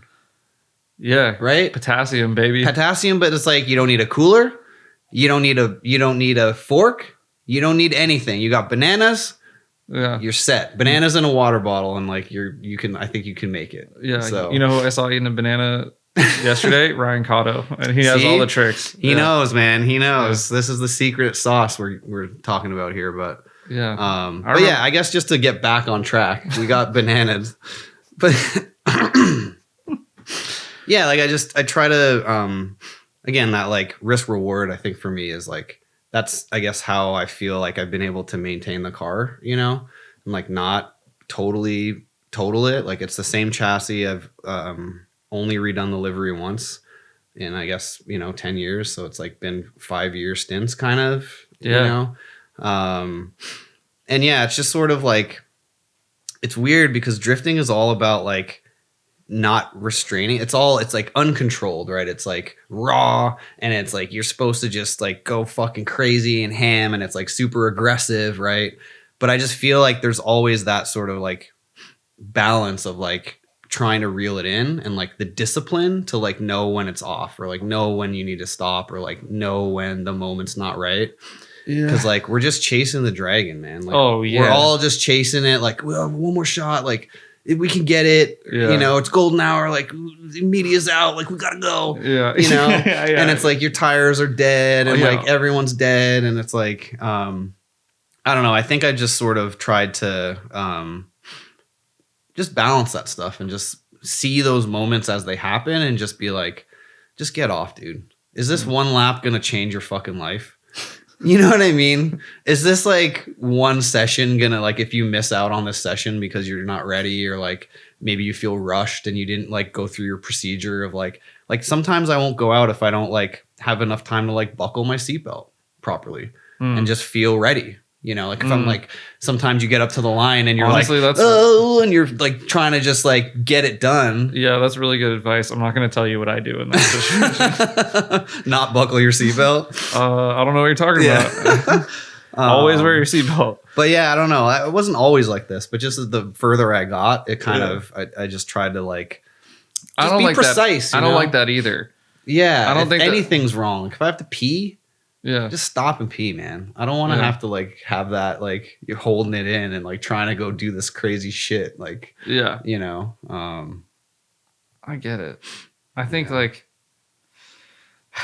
knowing when to push is key. Yeah, when to go, like when the conditions are correct. Yeah, you know, it's like everyone's firing on all cylinders. Like, it's even like, is your car running well? Is the tune good? Is it gonna bog out? You know, oh, my car's bogging, but maybe I can get it to work. Yeah, maybe it won't die. And then you go out and you fucking bog and then you crash, you know? And it's like, obviously it's going to happen. Like accidents are going to happen. Like I've hit stuff, you know, of course you hit stuff. That's part of the game. But yeah, I don't know. I just think that restraint is something that is cool to like balance with the aggressive, like, and it's like all at once, you know, at the same time. Like you're aggressive, but you're also strategic in like your aggressiveness. I don't know if that makes sense. Like when do I get aggressive, or when do I think that comes with experience. Yeah, probably. Yeah. Because it's hard to know, like, because if you just live in the like, well, I don't know if this condition's right when you're like first starting out, it's like, yeah, you're just gonna miss out on a whole lot of shit, but you probably crash less. Yeah. But I mean, I didn't tandem for probably like 5 years. I was a solo. I like refused until I was like, I can do this with my eyes closed. I have no business tandeming. That's how I approached it. Yeah, I think that's. I feel like there's like a lot of. I feel like there's a lot of pressure on people to get the learning door. to drift. Yeah. To like get into tandem and be like a sick chase driver, or you know, like. Mm-hmm.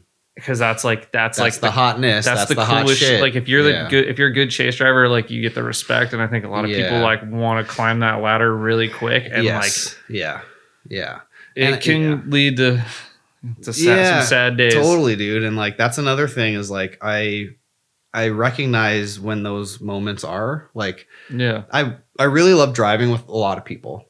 You know, it's fun. You learn. You get practice.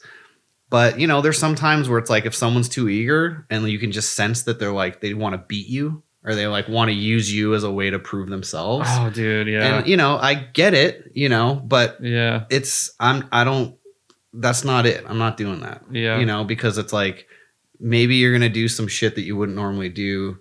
Or you're going to push, you know, like I've seen some pretty gnarly accidents where like people just get doored because it's like someone was just doing too much. Yeah. And they just wanted it so bad. Like you said, there's so much pressure to like be the hot shot. Yeah. And I think like don't be a hero, man. Like we're all trying to be heroes, but like also don't be a hero. Yeah. If you want to be a hero by yourself. Yeah. Like just drive within your means. Totally. Like if you want to push with your friends, and don't push with people you don't know. Yeah. So that's kind of like I think good advice.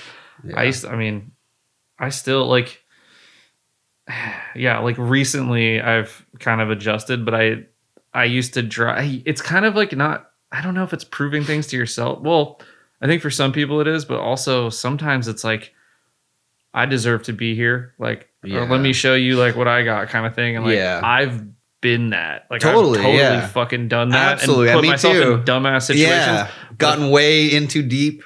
But if I fuck up, I'm gonna bail and fucking eat shit so they don't have to. Like, like I'm not gonna like fuck somebody else's car up because I want to show off. Yeah. And that's kind of like I think the right thing to do. Yeah, for sure. Ask Kazuya, I fucking almost flew off. You know, horse thief. Yeah. You know, like the top hill. Yeah. The like right where you come up and you go right. Yeah. And like I almost didn't make that corner, and like I fucking blew off the track because I like there was someone on the track and I was gonna spin because I like saw them late, and I just fucking nosed off there and like almost dropped off the other end of the cliff. And like Kazuya's like, "What are you doing? Like, what was that?" And I was like, "Oh, I ran out of talent." he's like, "You don't have to impress me or something." And I was like, "Oh." I know. It's like, yeah, dude. I was like, I want to though. Totally. Yeah. I mean, it's the same with ride-alongs. Like I didn't give ride-alongs for a long time because as soon as there's a presence there, that's another element to manage. You're managing someone else's experience, and like, you know, they don't want to sit in a quiet, empty car. They want to talk, or, you know, so I don't want to feel awkward. So I talk, and then, you know, like it's just this extra thing to manage. And like, and then, you want to be better. You start doing shit you wouldn't normally do because you're like, trying to impress someone. And like, so I didn't do ride-alongs. I didn't do tandems for a long time until it was like, it felt like I was not scared at all of it. Then that's when I took that next step. Yeah, it seems like you have a very like methodical approach to everything. Yeah, I guess. Yeah. You know, it's I guess so. That's cool. Yeah, I mean, it's cool. Sometimes I wish that I was more carefree and I didn't like analyze as much, and like, you know, like I yeah, I think it's cool to like just go out there and fucking slay, because it's like, it's not that serious. This isn't like rocket science. It's just it's just skateboarding with cars, you know? Yeah.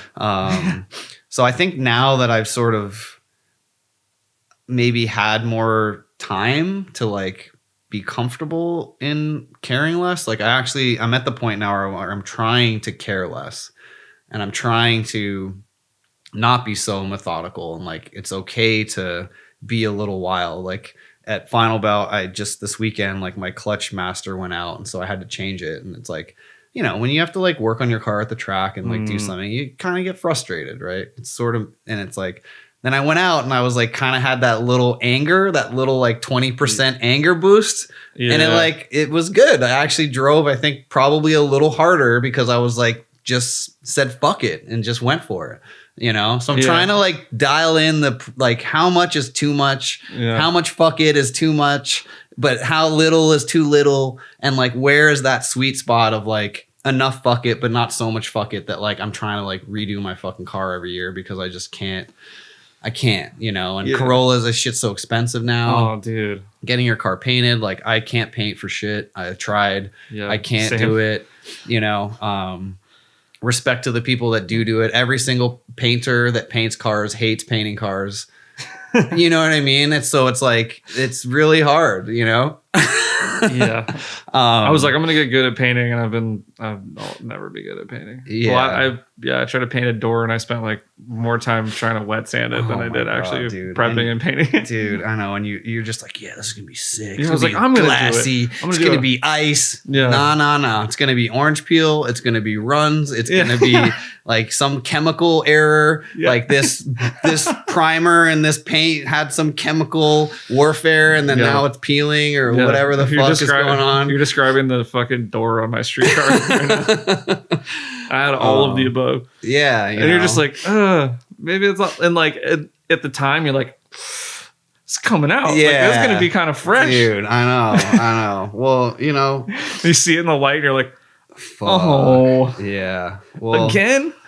I feel like shout out painters, dude. Fuck. Shout out to the painters. Yeah. Those are the patient people. Shout the fuck out. Yeah. Because it's like, you know, kind of thankless, you know, because even when you do a really good job, it's like, as a layman person, it's like, oh, there's a little run there, or like, oh, there's a like whatever this there, and it's like, dog, like, come on, you know what I mean? Like, just zoom out, bro. Like, look at everything. It's like your car's a 30-footer anyway. Like, relax, you know.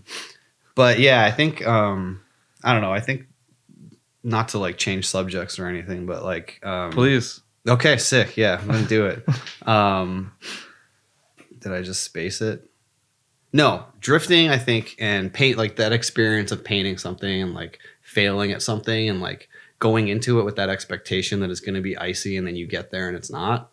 That's like something I really tried to train myself out of, to where like any event that I go to or any project that I embark on, like the expectation is absolutely neutral. There is no, I'm not like going, I used to go into events and be like, this is going to be the fucking sickest event. We're I'm going to throw down, blah, blah, blah. And like, you know, there's been a couple of journeys, like one that hit the hardest was like, I was going to Arizona and I was halfway there, and we drove through, I don't remember what state, but it was snowing and it was freezing cold, and I didn't have coolant in my shit, and it cracked my engine. We were halfway to Arizona and my shit like cracked, you know, there's water dripping out, and like, I was like, what the fuck? And like, it was fucked, you know? I never even thought about that. And it was, so coolant on trips. Yeah. Like, just put coolant in. Yeah, it's like pretty stressful, you know, and it just happened. Fucking, you know? pro tip. Or just drain it. Either or. Like, if you can't run coolant, like, just drain the water out. Put water in when you get there. But like, you know, I was hyping this trip up for months, right? Yeah, that's a getting long time drive. off. Like, you're getting the time off work. You're saving up the money. You're getting your car ready. Everyone's gassing up the event. It's like getting close. You're like, fuck yeah, this is gonna be sick. Like at least 2,000 miles, right? Yeah, one way. It's like, I think 24 hours or something, maybe. That's a long drive. So you're just like, you're gassing it up and you're just like hyping it up. And then it's just like fucking bomb drop, you know? Yeah. Like everything stops. You get no driving. You get no vibe. You get no fucking hype. And thankfully, like Angela let me drive her car, which was like savior, like gave me, that opportunity. But like, yeah, I was like, I don't want to feel like this. I don't want to feel like I failed at something that was like maybe out of my control, or like, or maybe not even fail, but like, I don't want to, because I don't know, the way that I kind of look at it is like, you set the expectation, right? You get to the event and it's good. So it was good. You setting the expectation didn't change the feeling that you got from it being good. Yeah. Right? So you set the expectation and it's good, and so it's good, right? You set the expectation and it's not good, it's just going to fuck you up. Yeah. So really the only value of setting the expectation that you could ever get is negative, because if it's good, the expectation, like, poof, it's you gone. Just matched it. You just like, you don't even remember that you set that expectation, I've actually been doing the same thing. Yeah. Yeah. I think you kind of have to. You do. Yeah. You have enough like bad events and you're like, okay, the average is neutral. Pretty okay. Yeah. You're like, it could go really poorly or it could go amazing and euphoric, and like, as long as it's above the shitty line, then you're like, this was great. Yeah, totally. But yeah, I don't know. Maybe we're just getting old, man. I don't know. Like, I'm coming up on 40, No, you're not. Yeah, I'm 39, man. I'm about to be 40. I thought you were like 27. Yeah, I got the baby face. Yeah, you do. And it's finally paying off. Yeah. That shit was not cool in high school. Yeah. I've been growing this beard for 40 years. Okay. I can relate. My shit's patchy. Like, can I just get like one old guy feature? Yeah. Like, that's cool. Right? Yeah. But yeah, I don't know. It's cool to like, I guess, just to evolve and like kind of learn those things where it's just like, that's how to manage because first of all, everything we're doing is luxury. I say that to myself all the time. Yeah. We're so deep in the luxury category. Like, you have a non-essential car, and a truck to tow your non-essential car, to do a non-essential use of like resources to go drifting. Like, it's very deep, and even if it's like not a luxurious event, but just in the overall scope of like the world, it's very deep in the luxury realm. So it's like, do I want to be at the drift event in a luxury, thing, having a temper tantrum because my clutch master broke? Is that the vibe? It's not the vibe. That's not the vibe. But I've been there, and I've been at those moments where I was kind of frustrated at this event, and it was like creeping in there, and I just was like, nah, like, just chill out, man. It's like, it's all good. Like, this is all luxury, and like, there's don't get mad at at this time. It just doesn't feel right. Yeah, there will be other events. Yeah, there'll be other events, and you either will fix it or you won't, and you're gonna fix it before the next one, and you will get to drive. Yeah. Or you easier won't. Advice to take not in the moment. Yeah. Especially when your brain's like, I fucking drove so many hours to get here, and I'm just like, I'm sitting here and it's hot and there's people everywhere, and like, I'm just trying to fucking drive my car. Where's my fucking 10 mil?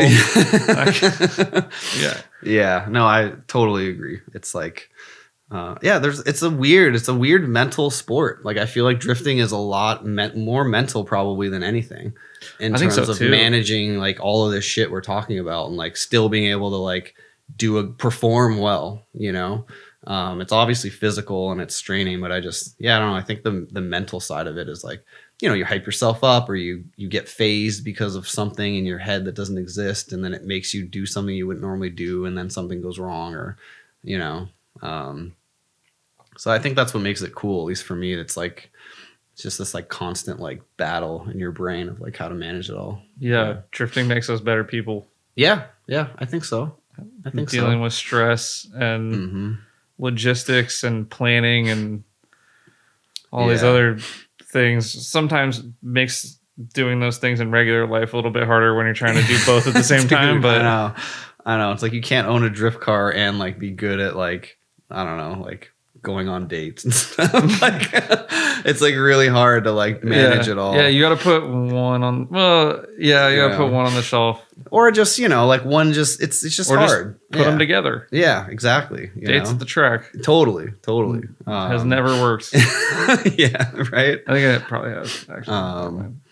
But yeah, What I mean, like, how do you balance like the career stuff and running a business and drifting and car building? Just be fucking like, I don't know, just be insane and just like don't stop and just like always be working on something. I wake up and like it's Saturday and it's 7 a.m. and like I have a fucking schedule in my head. I'm like, okay, today I'm gonna edit this, or today I'm doing this, and it's like, it's just like I can't turn it off sometimes, which is actually like not. I'm trying, you know. Again, and like you grow and you learn, and it's like you don't have to be this mindless productivity zombie in order to like be a real human being. It doesn't, you know, like at the end of the day, all of this shit's going to be forgotten. All these YouTube videos are going to get deleted off the server. Like, do you know what I mean? It's I went through that shit when it was Forza. It was like people spent their lives on these leaderboards. Yeah. And then the next game comes out and boop, it's gone. Yeah. Okay. You know, and it's just like, I'm trying to balance myself a bit because I am a little like just over the top in terms of like drill sergeant work ethic, you know, like, I'm a fan of Michael Jordan. He's like my idol, and Jay-Z, you know, and these are the type of people that say like, it's just like, I will not lose, you know, like Jigga has it's like such a simple line, but it's like, it has such a deep meaning to where it's like, and it's the same with Jordan. It's like, he just went out and shot more basketballs than anyone else ever. And he just guaranteed that he was going to get the win by like through sheer like just numbers, brute force. Yeah. It's not even about talent. It's just like, am I going to bang my head against this computer until this like animation comes out? And how long is it going to take for me to like get this done? And it's like, if you're willing to make that commitment, like you can reach those levels, you know? But it's so demanding. It requires so much of your life. And it's like, in some ways, I think, you know, some people regret doing that because they're like, fuck, I blinked and I woke up and it's over. And it's like, I didn't spend time with my family, or I didn't prioritize like simple things that are also important to just like having a well-rounded life, you know? Do you think, and this is like kind of something I'm thinking about right now, do you think because you live that lifestyle of like constant productivity and like working on projects and creating and all this other stuff, having drifting be that outlet when you go to the event and it doesn't work out and it isn't like rejuvenating and this like kind of, I don't know, escape where you can just like let loose and say fuck it? When you don't get that, that's when like the feeling of like frustration comes in. Yeah, I mean, that's a good way to put it. I hadn't really thought of it that way. But yeah, I think, you just want it so bad, you know, like, and you need it sometimes because you're like, I need that adrenaline fix so bad. I need to make that brain fucking just shut the fuck off. Yeah, totally. And like, that's on my deal with for sure. Yeah. But yeah, I think, you know, part of the vibe too is just like, you know, everyone has their turn, right? In drifting, everyone has their magical moment day where everything's perfect. Yeah. And then your homie on that same day can have the opposite day where they break on the first lap. And it's sort of like everyone, it's like a carousel, and it's just like, it's like a, you know, spinning a wheel. Yeah. And it's like, everyone's going to land on those. If you do it enough times, catastrophic failure roulette, you know? Yeah, exactly. Or catastrophic success, like euphoric success, like you were saying, you know? And I just feel like when you do it with friends, it sort of evens out. Even if like, you know, like I think there was one event in Arizona where one of my friend's cars broke the year before, and then the next year was the year where my car broke. But my friend got redemption that year. And they went sick. And it was perfect, and their car was sick, and nothing broke. And it was like that sort of neutraled it out almost. Like it negated my fuck up because my friend got the redemption. So I sort of got this like, I don't know, proximity vibe or something like where cool. Like you know, just knowing that your friend got the thing that you had last time. Yeah. And now this time you're taking the L for the team so that person could have a dub, you know? I think if drifting was more, how do I say it? Like if there weren't so many breaks and failures and headaches, Yeah. there'd be a lot more people doing it. Totally. It weeds people out Yeah. so fucking You fast. have 3 of those events and like you're just getting into it. You're like, yeah. what am I doing? Nah, yeah. You got to really want it. You have to absolutely super want it for sure. It weeds people out. I mean, it's 90% work, maybe even more. It's mostly work. Yeah. You know, you're working on the car, you're trying to buy stuff, you're working to make money to buy stuff, you know, and then you get the stuff, you got to install the stuff and whatever. And like, then you get like one day out of like, how many days does it take to like do all the stuff we just talked about, like weeks and weeks and weeks. Yeah. And then you get like one day to just go crazy, you know, to like have it all pay off. And like, but that's maybe the addictive thing, is it is this like roulette where when you hit big, when you hit that when number, you hit it big, it's like huge. Yeah. Drifting roulette. I think that's the name of a drift competition. I'd coin it otherwise. So what's next for Squeeze? Because I remember seeing like you can answer that, but like, I do want to say like I saw Aaron Levitt like send me like some little like videos from your like release party, and I was like, release party, like this is like sick, dude. This is like some like well-funded like actual like massive brand like release party, and like I was like, Landon's just doing this shit by himself, of course. Yeah, that was super fun. That was a really fun night. But yeah, I mean, so you kind of caught me at an interesting intersection in my life right now. I haven't really talked a lot about this because, you know, again, I'm like the silent, you know, like making moves in silence. Yeah, I'm like the mad scientist, just like fucking in the corner, like. But yeah, I mean, I think to you know, just get it out there. Like I've decided this year to basically quit my career and like go into Squeeze full time as like my full time gig. That's incredible. I don't know, man. It could be absolutely stupid. It could be like really silly. And trust me, like I've, you know, as such a calculated dude. Well, yeah, it's just like, it's very like, it's risky, you know, like, I've been doing my career for, you know, almost 2 decades now, and it's been super rewarding, and I've learned a lot. I've got to do like a lot of cool projects and like work on a lot of cool shit. I got to edit a Ken Block video. Like, you know, I got to do like a lot of cool shit, and it's been awesome, but it's also been really challenging, you know, and I think that anyone that's worked in the creative field just knows how hard it is. You know, it's really hard to it looks a lot funner and like exciting, and I think there's like a lot more when you go beneath the surface. Like it's kind of a little bit like psychological warfare sometimes, where you know, you have to manage other people's perspectives on something that is absolutely abstract and that you can't even describe. But yet somehow you have to manage all these perspectives on it, you know? And, you know, sometimes those perspectives are honest and they're for the betterment of the project. And it's because, you know, X person really wants it to be good. And then sometimes, frankly, it isn't. And it's more for the personal ego, putting their stamp boost on something. Yeah, you know? And like,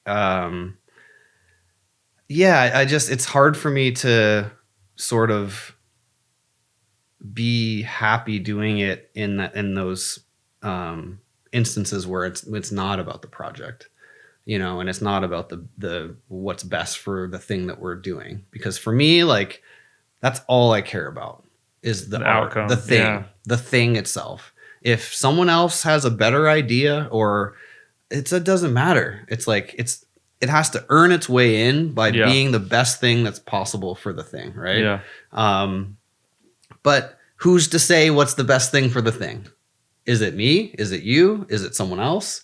Who's making that decision at what point to say, this is, thanks for all of this stuff, but this is what's best for the thing? And that process, it just gets really muddy sometimes. Yeah. You know, depending on what you're doing and like how big the team is that you're working with or whatever, that process can get really muddy. And like, as a creative, when you're, you know, it's like main boss, and then you think you've beat the main boss, and then it's like the final boss is like twice as hard as the main boss kind of problem, where like the first boss is just, well, there's like 3 bosses, especially for creative and like technical creative. The first boss is just sheer technical hurdles. Is my app, does it work? Does it load? Is my footage good? Did I expose it properly? You know, do I know how to encode things properly? Like, is it playing back smoothly? You know, is my computer up to snuff? Are my drivers updated? Is my monitor refresh? Blah, blah, blah, blah. Like, so there's like, you're already, the first boss is just the technical boss of like even getting in the door, right?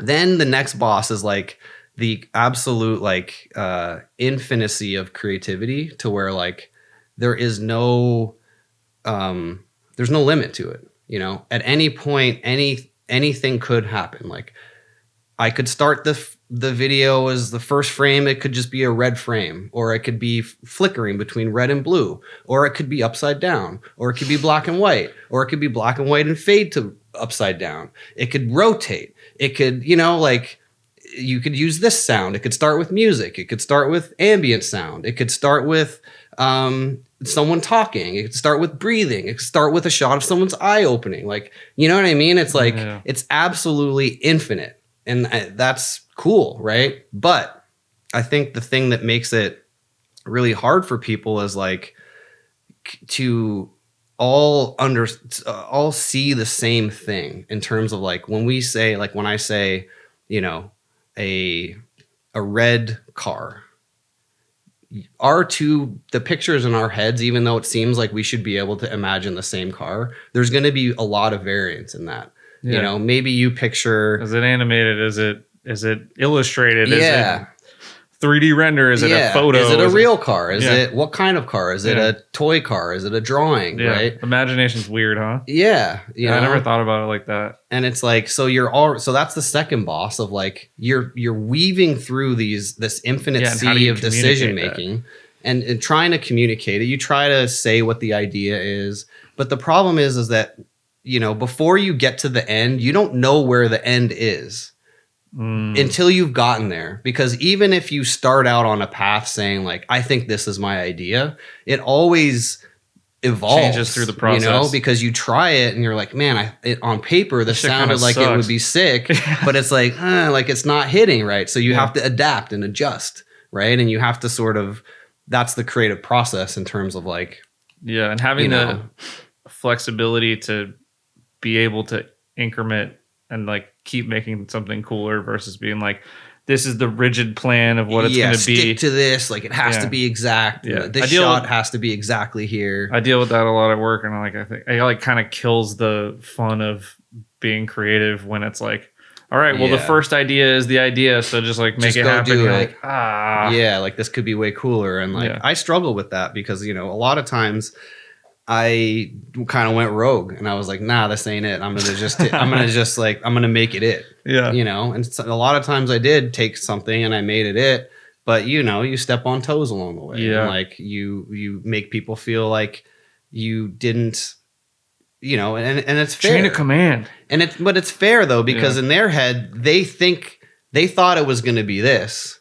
And they're getting something completely different. But it's like, they feel slighted, or not slighted, but like, we didn't get to see this version of it. So like, what if that would have been it? Right. And the problem is that I think the way that I operate is like, once I've gone through that process of like refining the idea, like it's like a big ball of clay, right? An idea. And like, it's blurry and hazy when you first think of it. Like, you're like, what am I really trying to make? Or like, what is this really, what's the feeling that I really want here? It's like, it's very blurry and like hazy. And then it slowly gets clearer and clearer. And it's like, you end up at a place. It's like, you took a trail, you didn't know where it was leading. You just kind of went with the trail. You figured out, you got through all these technical hurdles.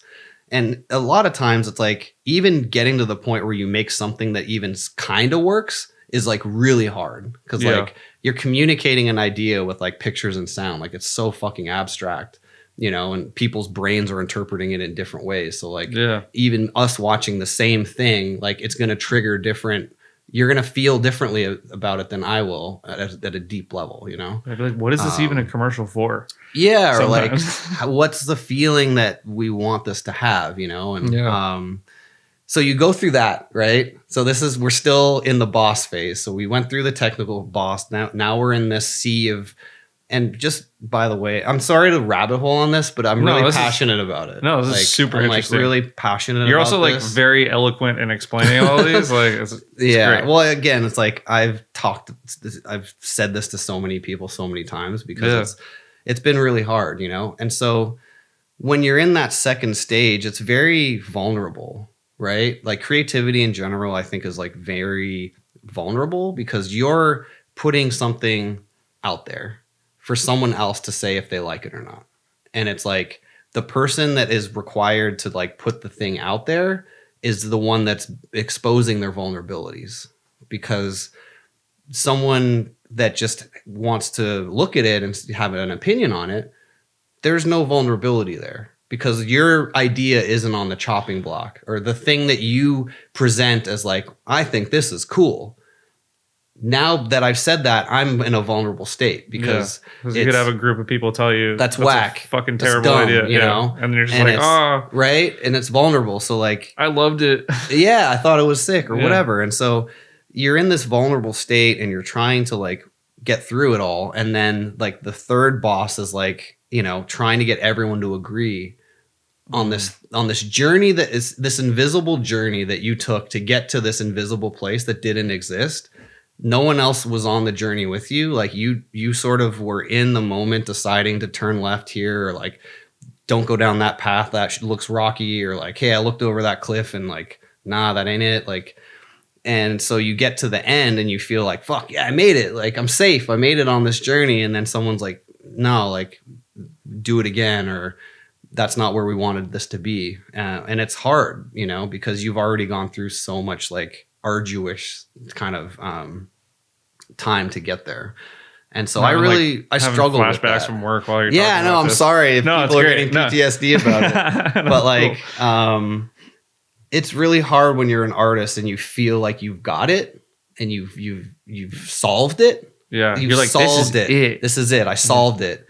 And then it's like, no, like solve it again. Or like, no, like you're like, yeah. Like, and now I have to solve an additional puzzle of like a political puzzle. Yeah. How do I solve it? How do I solve somebody else's vision? Yeah. Of something that I can't see. That we can't see, and that words don't even do a good job of describing, because it's like so there's so many variables, you know? Yeah.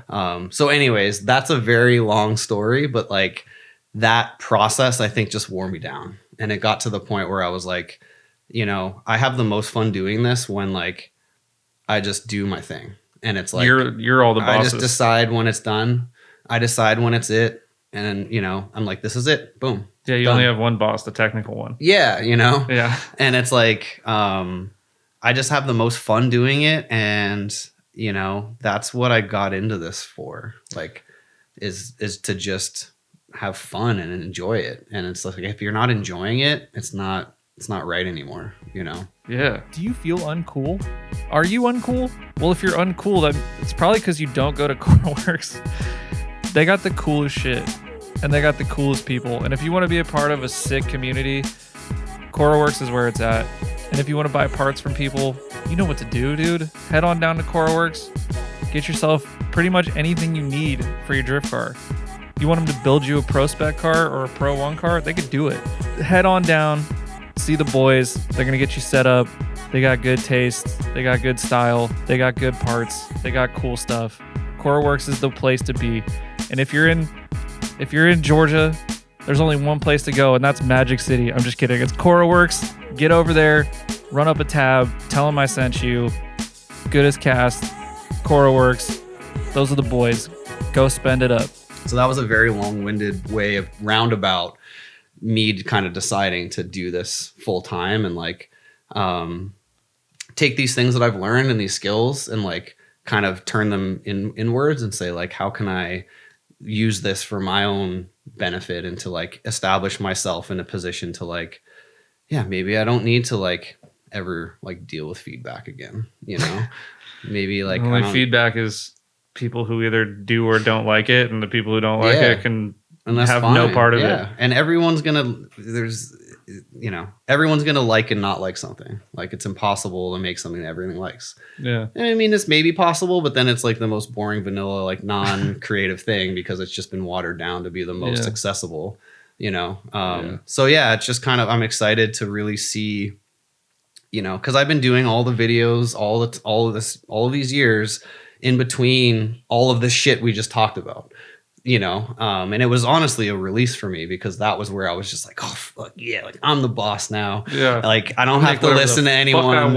I can just do it. And that was like, it was so empowering, and like freeing that like I just kind of got addicted to it. And I was just like, I just want to see if it's possible to do this in a way where I can still live and like be comfortable.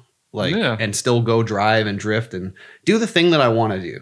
When I'm not working, like I'm thinking about drifting or I want it, like, that's if I had $1 billion, I would probably just keep doing what I'm doing. Yeah. Same. You know what I mean? So it's like, I'm not going to like get into like jet boats or something. Yeah, exactly. I'm pretty content with the shit that I'm doing right now. Totally. So I'm just going to, that's kind of the next stage is I'm going to try to really invest myself in this and like, in doing the apparel, it really was cool because I've always been into streetwear and fashion and stuff like that. And like, just finding unique things and like standing out in a crowd. That's something that like, it's, hard not to do when you're like a 6'5", like mixed kid in Ottawa, Canada in like the 90s when like there's no mixed people around, you know what I mean? Yeah. Like, so that's just part of my DNA, I guess, is like, I've just always felt that. And, the process of like, learning how to sew. So I all of the apparel that I make, I do myself, because it's like really hard to get people to help, Yeah. And I just, after failing to find support, I just decided like, I'm going to just do this myself. So I bought a sewing machine.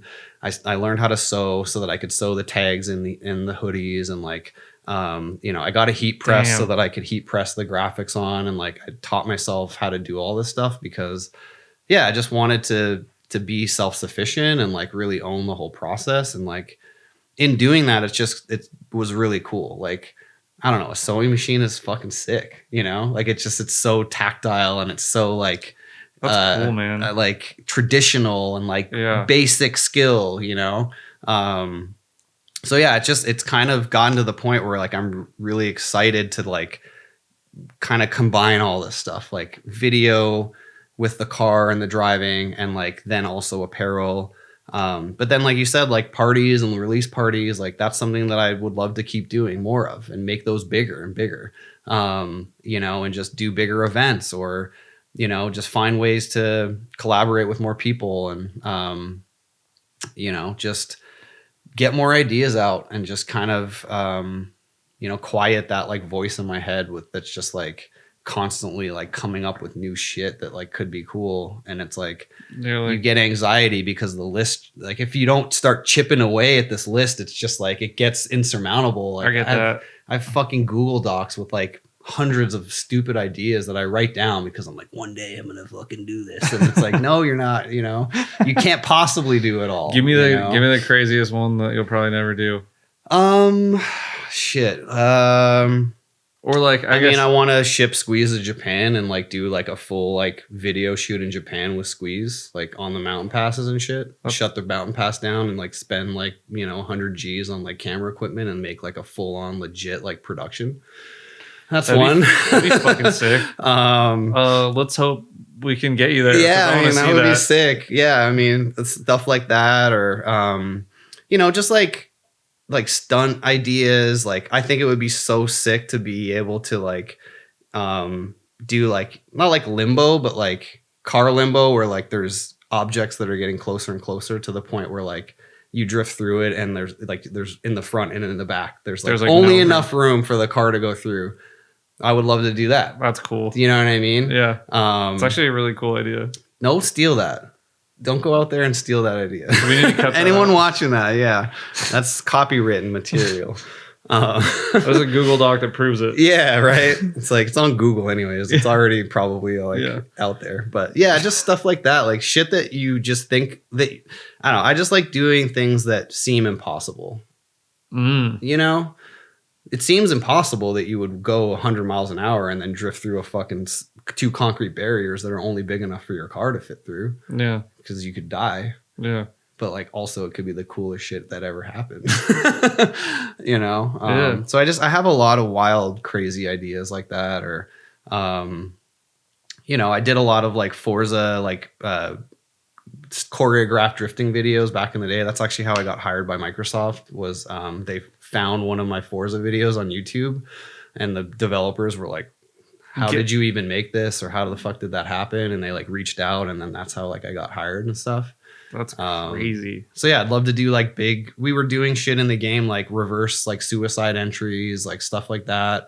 And like crisscross, like intricate crisscrossing and like just shit that you couldn't really do in reality. Like obviously, like I know Team Orange did a lot of that shit back in the day, the suicide drifting stuff. And like, yeah, or like Big X and yeah, you know, and just take that, but just like fucking like juice it the fuck up and like do it with like all cars that look like Squeeze and they're just like fucking crazy and they have all these lights on it. Like I have so many ideas for like other things to do to Squeeze and like things to like up the level of like the futuristic feel of it, you know? Like that was always kind of the target with the car was to like make it feel like it's inspired by old drift cars, but it's like the future version of like the traditional drift car, you know? With the lighting, I see that. Yeah, with the lights like, and stuff. The way that you explain that makes your car make like more perfect sense. Yeah. Yeah. It's like taking that and just like go like what if we just zoom futuristic like, old school. Yeah, you know, I'm a fan of Back to the Future, you know, and like that whole like Back to the Future 2 with the hoverboards and all that shit. Like it's never seen it.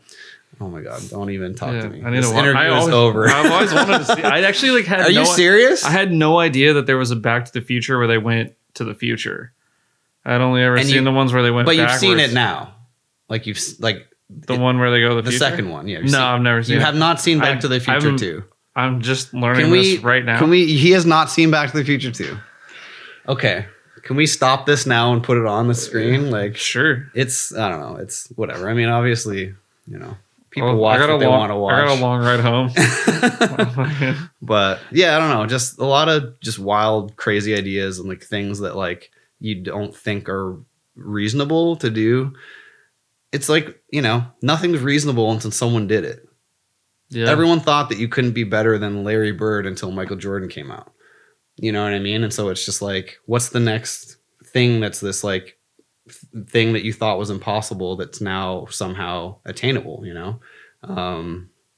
I just think that's cool. It's cool to like not feel like there's some invisible barrier towards something. Like I think if you want something bad enough and if you're like obsessed enough and like if you're willing to like do what it takes and sacrifice and like be patient and like, you know, strategic, like you can do it, you know? Yeah. I don't know. Damn. Maybe or not. Damn. But yeah, I mean, that's good advice. I don't know. Is it? Because it's also like, is it too much? Is it like setting yourself up? This is the expectations. This is why I like have to manage it because it's like maybe some of this shit is too out there and like isn't attainable, you know? So it's trying to like, I guess just get as close as I can is what I'd like to do and where I set the bar really, really high, but be okay if you don't. Yeah, if you don't exactly because you're aware of like okay, like this is kind of out there and like maybe it's a little too far out there, but at least give it a shot. At least try to hit it. Like at least try to get there. You know, I think my most skilled friends are the ones who kind of like. Or like, why wouldn't I try this? Yeah. Like, why would like that's stupid? Why wouldn't I like want to be the best at this or whatever? Like, you know, and it's like, I think a lot of people are just like, that's crazy. Why? How would you? How? Yeah. Like, how do you get there? Like it's not an arrogance. It's more of just like I don't know, like a curiosity. Maybe not curiosity, but like maybe it is curiosity. I don't know. Yeah. It's like it's curious to know if it's possible. I think it is like a huge. It's people who are it's like a creative skill. Like it's using your creativity to create potential situations. Yeah. I mean, you are technically kind of doing that whenever you're being creative. Like you're taking something that didn't exist and then you're making it exist. Yeah. You know? Who's to say you can't do that with your life or stuff that you want to do? Or I never thought about it like that. But yeah, it's also like you put a lot of pressure on yourself, and I think I'm trying to like reel it in. I'm trying to reel it in a bit and recognize like, maybe I'm already doing some of these things and don't know it yet, or like maybe you've already like done some stuff that, and just like step back, zoom out. Like we were saying, like there's moments where I'm like, am I really driving this car right now? Like, did I just really just do that? Did that just really happen? And like, those are the moments I think where you need to zoom out and just be like, just fucking pat yourself on the fucking back and just stop looking at the horizon, this endless horizon. You're never going to catch it. The horizon is always there. You could run around the earth, you know what I mean? As fast as fucking possible. Like, I don't know. I'm not fucking a scientist. Maybe there's some speed where you can catch the horizon, but like, I feel like it's always there. It's always more. And it's like, it's good to just like slow the fuck down and like give yourself credit for like what you already did and like be okay not getting the horizon. Like it's okay if you don't get everything that you set out to do, like you were saying. Like be okay with the with whatever it ends up being, whether you make it there or you get close or you don't. Like as long as you like did what you wanted to do hard and like really went for it, like I think that's like a no regret kind of vibe where it's like you left it all on the court kind of thing, Yeah, and like just keep going. Yeah. Because you never know if the next fucking event or life event or I don't know, the next piece is like right there. Yeah, it's like so close or something. Or there's like definitely points in drifting where I want to just quit. Yeah. Like didn't last very long. Yeah. But like, give me some examples. Or like did you ever have some that were like you almost went through with it? I remember like a very like frustrated car ride home one time when I blew my SR. I was like not in a good money situation. I was not in a good like living situation, and I was just like, this is taking a lot out of me. Like I've like sacrificed a lot to be able to do this. Yeah, like I've sacrificed money and friends and family and time and like work situations and trips and this and that and like I sacrifice, like I'm in the situation I'm in now because of this. Like I've put myself in this like you wanted this, like very you did like this to yourself. Like very like undesirable like life situation. And now the one thing that you like sacrificed all those things for is like failing hard. And like I was not old enough or like. How long ago was this? I think it was like 2015, 2014. So like 10 years ago. Okay. Yeah. Yeah. I was like 4 or 5 years into driving. Yeah. That's kind of, it feels like that's about right. Where it's like, you're deep enough to have like lost a lot, like, or you've sacrificed a lot, like friends or whatever, money and time. And it's like, but not so deep that you have that perspective of like, you can get through this. Like, it's okay if like your shit's down for a bit, I think I was like 24, 25. How did you get past it?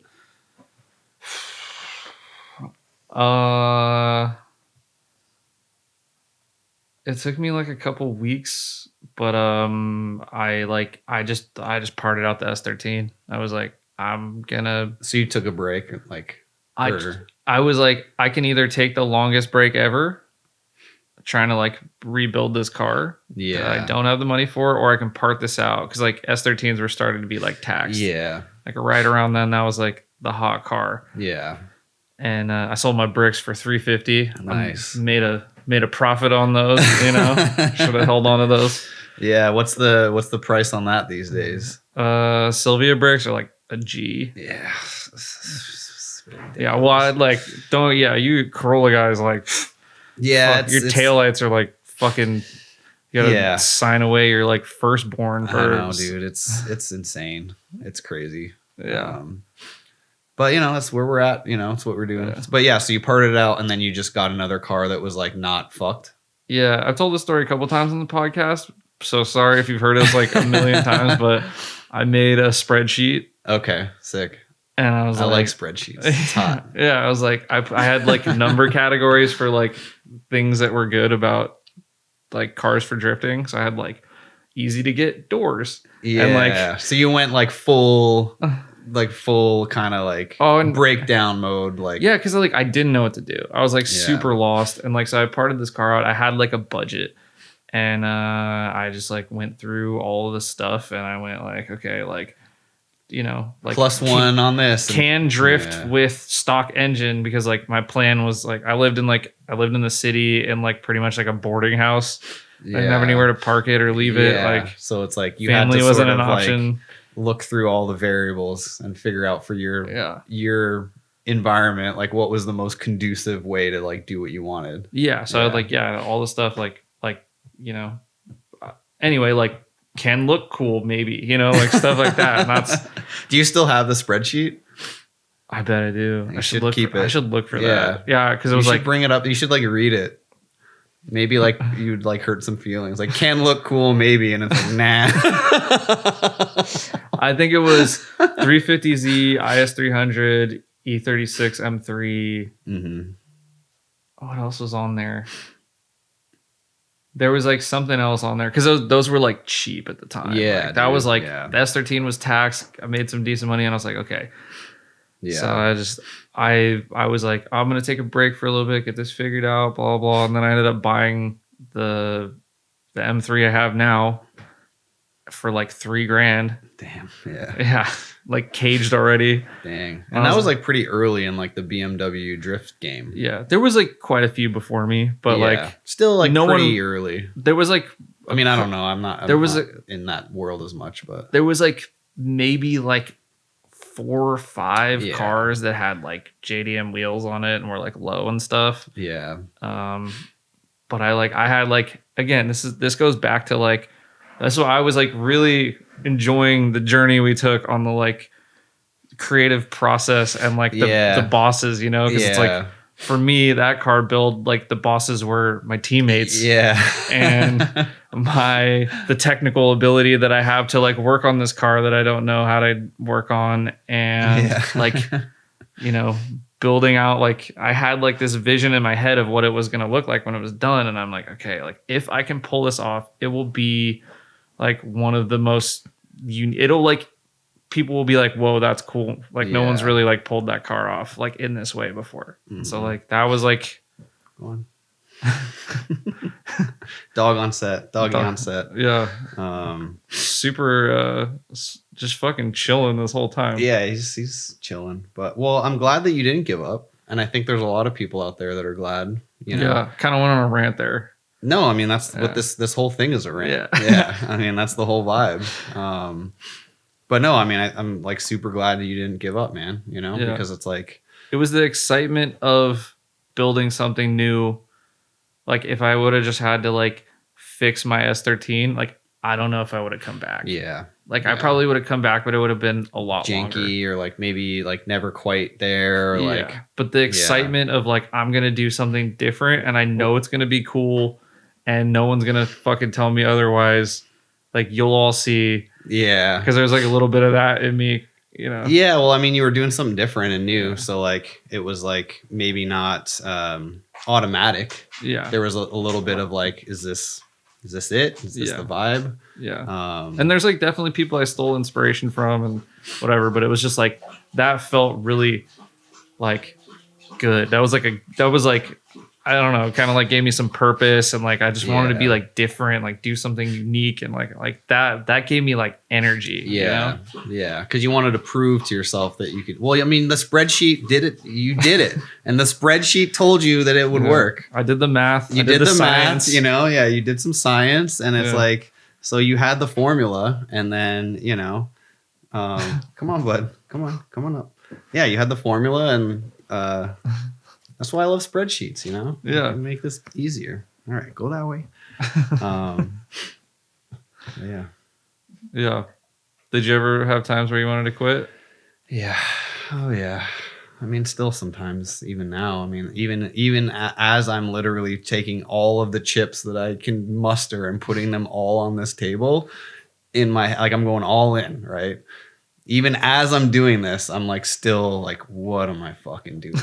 Like, you know, like I've worked hard and like, you know, gotten to this place in my career, and like, why would I walk away from this? Like, I should stay with what I'm doing. And so yeah, I mean, it's like a constant struggle, because I think it's a very non-traditional path, you know, and it's like very kind of, I don't know. I mean, it's like skateboarding used to be like fucking illegal, and you'd get like kicked out of places and blah blah blah, and like now it's in the fucking Olympics. Yeah. And it's like, you know, that's sick. That's cool that like there was people that didn't give up on it and they stuck with it, and like now it's totally normal. It's like totally accepted. There's skate parks everywhere, you know. Cities spend millions of dollars building skate parks, and it's like yeah, I feel like I don't know where I was going with this. I lost my train of thought there, but like hopefully drifting turns into we yeah, get drift parks in every that'd be city. sick. Yeah, you know, that'd be sick. I think that's the vibe. That's probably what should happen, because like it is,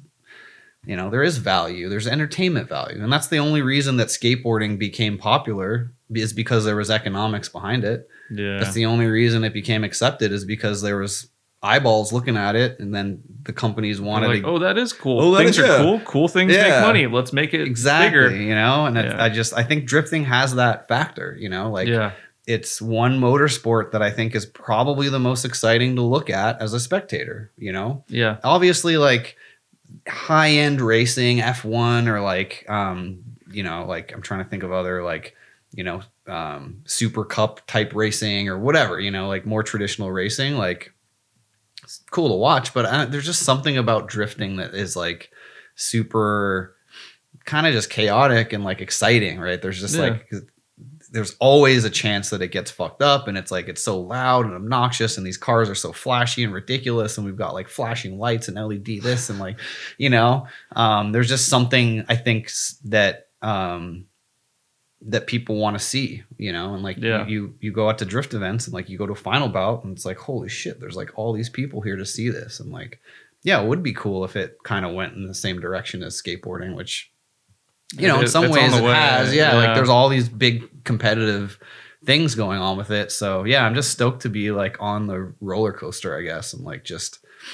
But yeah, this is what we were saying. Have I thought about quitting? That's how we got on this tangent. Mm-hmm. So to reel it back in, yeah, absolutely. Anytime you know, like I've had to change, like there's certain tasks, like doing a transmission. Every time you have to do a transmission, you want to quit. Yeah. I don't think there's any person that's ever changed a transmission, at least like without a lift and real tools. If you have to do it on jack stands and you're, you know, like bench pressing that fucker in there. Yeah. No one wants to do that. And it's like, I just think that's like, there's just certain things that like, no matter what, like if you know, you got to do a clutch, you got to do a head gasket, or you got to do a swap, or it's trying, or you did a swap and then it blew up on your first lap, you know, or you did an engine build and then it fucking just grenaded right away. So yeah, I feel like I probably wanted to quit like more times than I can remember, you know. I feel fortunate that like, again, like the friends have been there to like keep pushing you and stuff. Because yeah, I mean, it could have never happened. Like all of this, maybe we weren't going to be sitting here, you know, like doing this, like if you had given up, or if like I had given up or whatever, like, so yeah, I just feel fortunate to like be able to keep pushing on it. And like, I don't know what's going to happen. I don't know, you know, if this is a realistic goal. Am I just chasing the dragon here? Or is this like attainable? Can I actually get it? But yeah, better to try than I just decided, I don't want to like go out feeling like, oh, I wish I would have done it, you know? And it's like, this is the time, like now's the time. If I'm not going to do it, like if I roll into another career job at this point, at this stage, I'm locked in. That's it. And so it was just kind of got to a point where, and honestly, the other factor too is, the games industry is really rugged right now. Like, I don't know how much you follow that, like in terms of like the industry side of it, but like, there's like a lot of layoffs happening. There's a lot of cuts happening. It's extremely competitive and like oversaturated. Game studios are closing down left, right, and center right now. Like it's like a war zone. It's probably the worst that it's ever been. Whoa. And obviously there's exceptions to that. There's some games that are blowing up, but it's just getting kind of grindy and sort of like turn and burn. Like you get in on something and you work your heart out on this project, and then it like just gets cut and they just lay off everyone.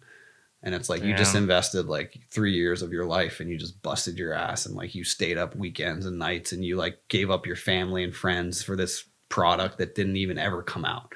You know what I mean? And it's like, it's just a little different. Like, not to discourage anyone from going into that industry. Like, I think there's a lot of value there, but you just sort of need to maybe go into it like with that in mind potentially, or but it's different for everyone. Like, I think I did my time, and now it's like I feel like I've kind of earned the opportunity. Like, I've worked really, really fucking hard and like really been patient, and like kind of waited for this moment. Like, I've been scheming on this for probably like 5+ years in terms of like, how do I daydreaming?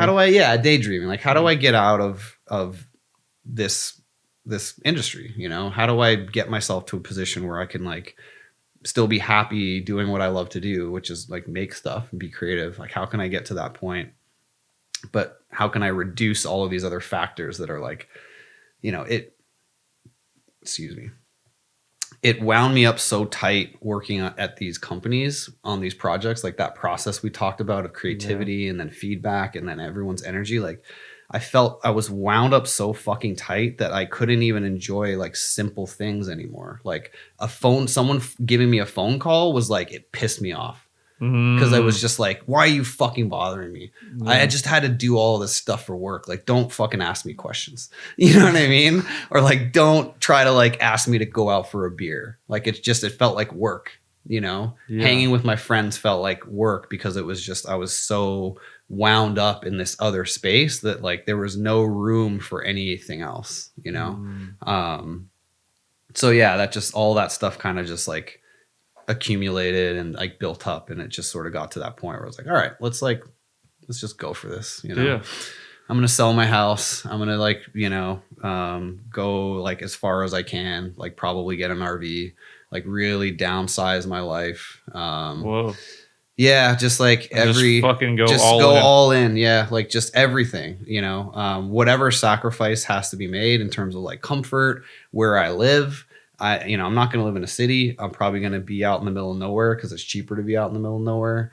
And like, you can get land and you can have space to do like car stuff and not be bothered, So yeah, I'm just going to kind of dive off the deep end into like the dark unknown waters and just like hope that I don't drown, I guess.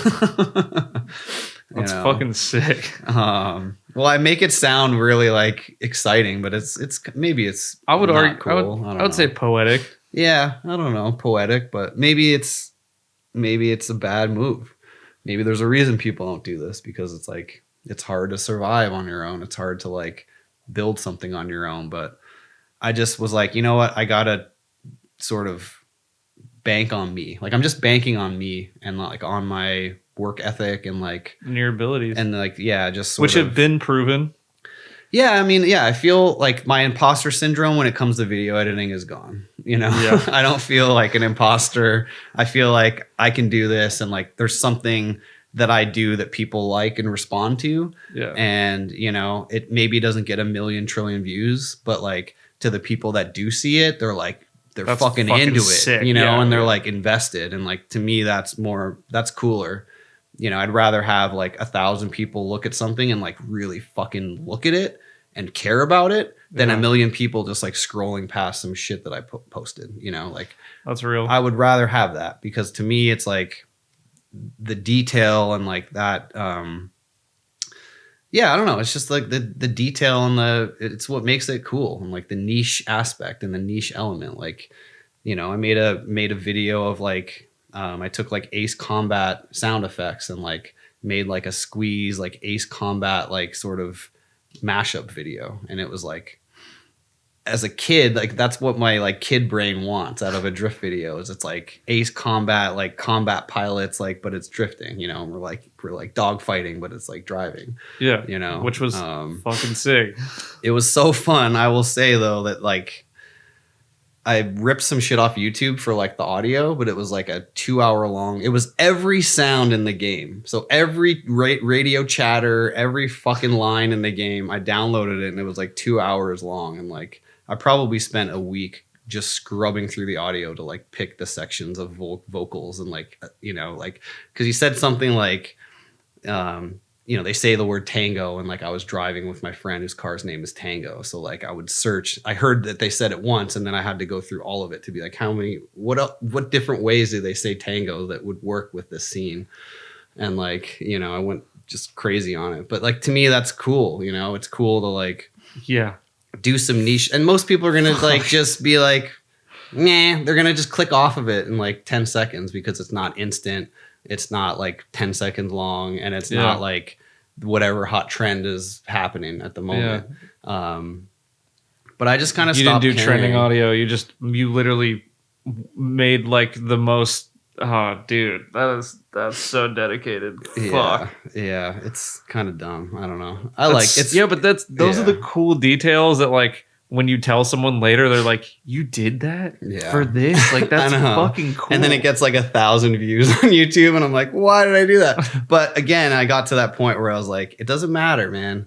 Fuck the views. I'm doing this shit for me. Yeah. Like, I need this to be out of my fucking head so that I can go to sleep. Yeah. You know what I mean? Like, I need this idea to just get out of the way so that I can like just exist, because I'll fucking drive myself crazy if like I can't get it out. You know, I think a lot of creative people have that problem of like you don't express it and it's just sort of like it just drives you insane because you're just like, you know, it just sort of builds up and it clogs your whole shit. I can relate to that, but I kind of get that way with like cars. Yeah. And like things that I want to do to them. Yeah. Like before this weekend, I brought my street car, right?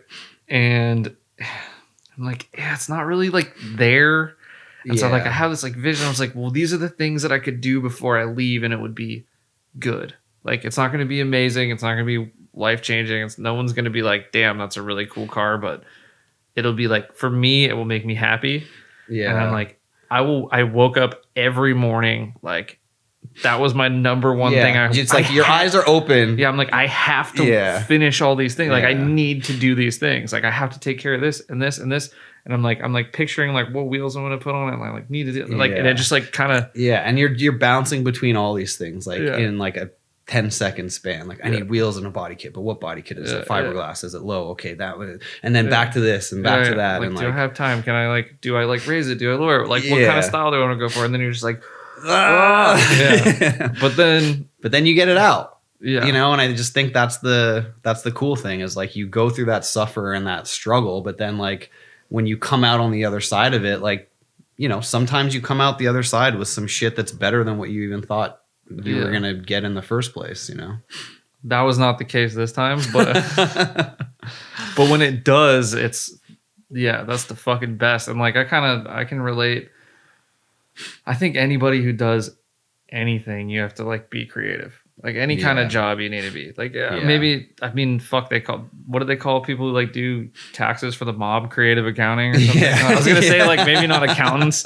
But like I think that everybody goes through that process of like, how am I going to solve this problem? And like maybe it's not a visual representation. It's like a physical thing or whatever. But like I mean, it's creativity is everywhere, you know? And it's like, it's sort of, it's just there. And if you want it, you can unlock it. You know, if you allow it to, I think it can kind of flourish. Yeah. But it can also be it can drive you insane, you know, especially when you're trying to do it with a big group of people. And, you know, subjective, and there's also like money to be made or fame to be had. So there's incentives for people to be weird about it, you know, because they're protecting their livelihood or whatever. Exactly, you know, and it's like, and that's the thing that's hard, because it's like, that's okay. Like, I get it. Like, people want to, you know, the thing with videos too is it's like, it's such a visual thing that like the value is, it's there, you can see it. Whereas like a lot of jobs you do, like, let's say I'm trying to think of something like less visible, right? Like a someone who's like maybe a producer or something, like their work isn't put on display. They work in spreadsheets and they work in budgets and stuff like that. Yeah. And it's sort of like, it's not as visible. It's not as like immediately you can see the impact that someone had on it, you know? And it's like, it's put on the screen for everyone to look at, you know? And I just like, when things are that visible, everyone wants like a piece of it, because it's like, when everyone watches this, I want them to know that like, that was my idea. When you watch it, but it's like no one's doing that with a fucking spreadsheet. Yeah, parading around the office, like, showing you how sick your spreadsheet is. Like so it's just like, I think that sort of fucking see them formulas, you know, like you see that conditional formatting. Yeah, that was like, all me, baby. Yeah, you know, boom. Yeah. Like, you know, I'm a freak in the spreadsheets, dude. Dude. Oh yeah. Conditional formatting, where it's like it all changes colors and like, oh yeah, that's. I'd be getting in Google Apps Script too. Yeah. We need to link up on some like spreadsheeting. Yeah, you know? I'm down. I'm down to nerd. I'll nerd out on spreadsheets. We just quit drifting and go like heavy do hardcore spreadsheeting. I did so much like crazy custom shit on Google Sheets. I like thought about starting a business where I'd just have people hire me to do like one-off spreadsheets and shit for custom needs of like what your input is and like how you want to display the information and like how does it spit out like results and stuff. So that's another one of my ideas. It's been like, you know, and it's like, you can't be the Google spreadsheet master and build a drift car. You got to pick. And do the podcast and also keep my job. And so it's like, all right, well, which thing am I going to not do today? That's the hardest thing for me. Yeah, I feel you on that. And often I pick the wrong thing. Well, you know, again, it's like none of this shit matters. If we just zoom way the fuck out, we're all just like running around like frantically doing a bunch of shit that we think that matters. Yeah. You know, that we think that makes life have meaning, you know, which like, I don't know, the older I've gotten, I just feel like all humans suffer from the same condition of like not knowing why we're here and like not knowing what the purpose is, like what our purpose is. And I think every single human on the earth shares that problem. And we all find our own way to like fill that bucket with something that's like, yeah, that's why. My purpose is to build Squeeze and drift through concrete barriers at 100 miles an hour. And that's why I'm here. And all of us, everything that I think everyone ever does, you know, what clothes you wear, like, you know, what car you drive, like you're just trying to figure that out and like figure out like how to justify yourself or justify your purpose. And like, I think the older that I've gotten, I've just realized like there is none. You know what I mean? Like there isn't some answer. There's no solution. First of all, there's no problem. We don't need to know why anything exists. You don't need to know what you're here for or why you have a brain or eyes that like color can bounce off of shit and you can see what color something is, you know, or sound waves go through the fucking air and like vibrate your ear and like make a sound, you know, why? Like, I just think sometimes the why is irrelevant. It's just like, it's here. So just fucking use it or just do stuff, you know? But, yeah, I don't know. I kind of just think that like the unknown of our existence is this like in some ways a bit of a burden to humanity, because it's like we're all trying to solve the problem, but the problem isn't real. Like we just made it up and now we're like running around like fighting each other and like trying to like one up each other or trying to like make more money than the next person or whatever it is, you know, just to like be like, yeah, that's why like humans are here to like I'm one of the best ones there is, you know. Anyways, that was a bit of a tangent, but Yeah. I don't know, just shit I think about, man. I don't know, just trying to like figure it out. And, I'm doing the same thing as everyone else. Like to me, it's like I feel like my whatever makes me feel like I have a purpose is like doing this squeeze stuff and doing car stuff. And like I think it's cool if you find the thing that makes you feel good. Just as long as it's not like fucking with someone else. I think go for it. I guess I say that all the time. Yeah. As long as you're not hurting anybody else, like do what makes you happy. And yeah. We all know too much about what we don't know as humans. Wait, we all know. Wait, what? Yeah, no, I like that. Some high guy shit? I don't know. No, say that again. We all know too much about what we don't know. Yeah. Is that what you said? Yeah. Damn, I'm like flustered on that. That's sick. Yeah. Can I put that on a t-shirt or do I have to pay you royalties? No, you can put it on a t-shirt. Yeah. We can share some video ideas. Yeah. Like this is a multifaceted entrepreneurial meeting. Yeah, exactly. You're all lucky to listen to. Just kidding. This is a jam. This is a creative jam session right here. Yeah. Well, what's next for you? I brought the bongos. Me? Yeah.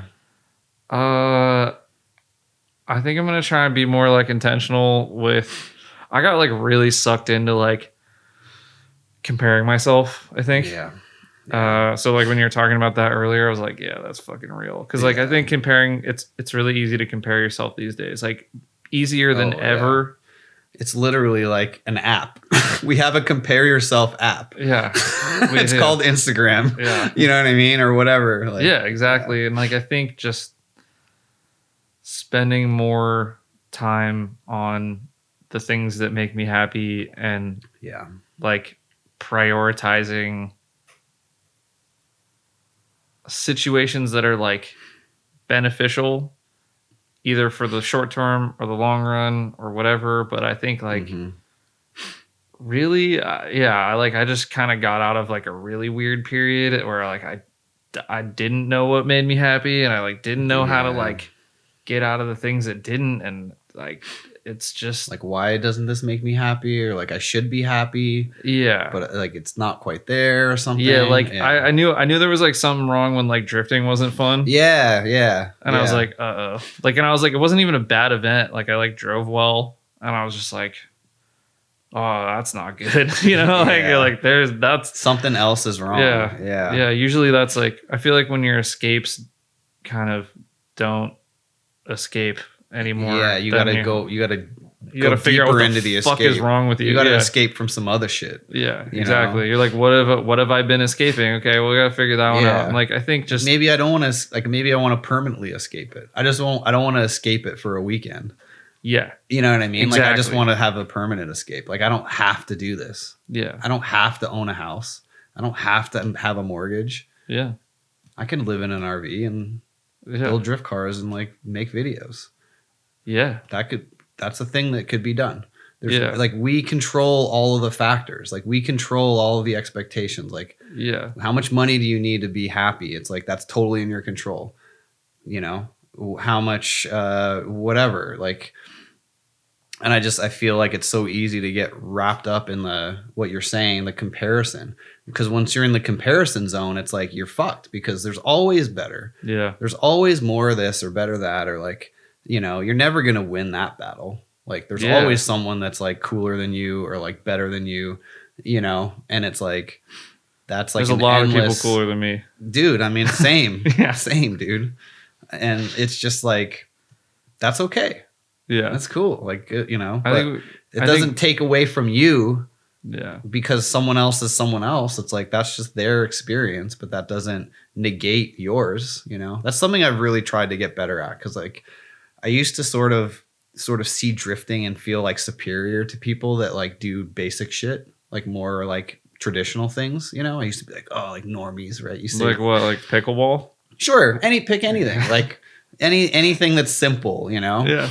And I think like, I don't know, the more I've done drifting and sort of, I just like, Like, nah, man. It's like, it's all the fucking same. Yeah. Like if you go out on the pickleball court and it's like you do that shit and you're like, you go home happy. You have stories and you tell stories and you had a cool play and you laugh about it over a beer with your friends after. It's the same thing. It's the same shit. Mm-hmm. And it's like, you know, there's no reason to like look down on something like that. And I think in a lot of ways, I'm actually trying to like remind myself that like, that shit is equally and sometimes maybe even more valuable because it's like not as fucking expensive and it's not as like taxing, you know, like not everybody can do the shit that we do either. Totally. Not everybody has the like means or mindset or mental illness to want to go drifting. Yeah. And that's fine. Like if you enjoy like throwing a ball for your dog.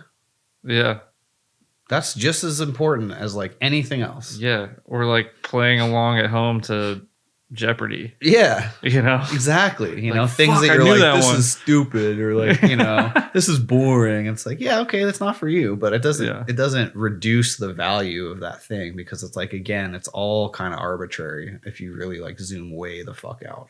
Like zoom out to the point where the earth is just like a speck in space. Like zoom that far out and tell me that like this fucking, you know, clutch master cylinder is like gonna fuck up my day. And it's like, come on, man. Like zoom out, bro. Yeah. Or I'm saying that to myself, like not other people. I'm like trying to say it to myself to like calm down and just like. That's crazy. That's actually like one thing that I use to like give myself perspective sometimes. Yeah. I should be like, dude, it doesn't fucking matter. Yeah.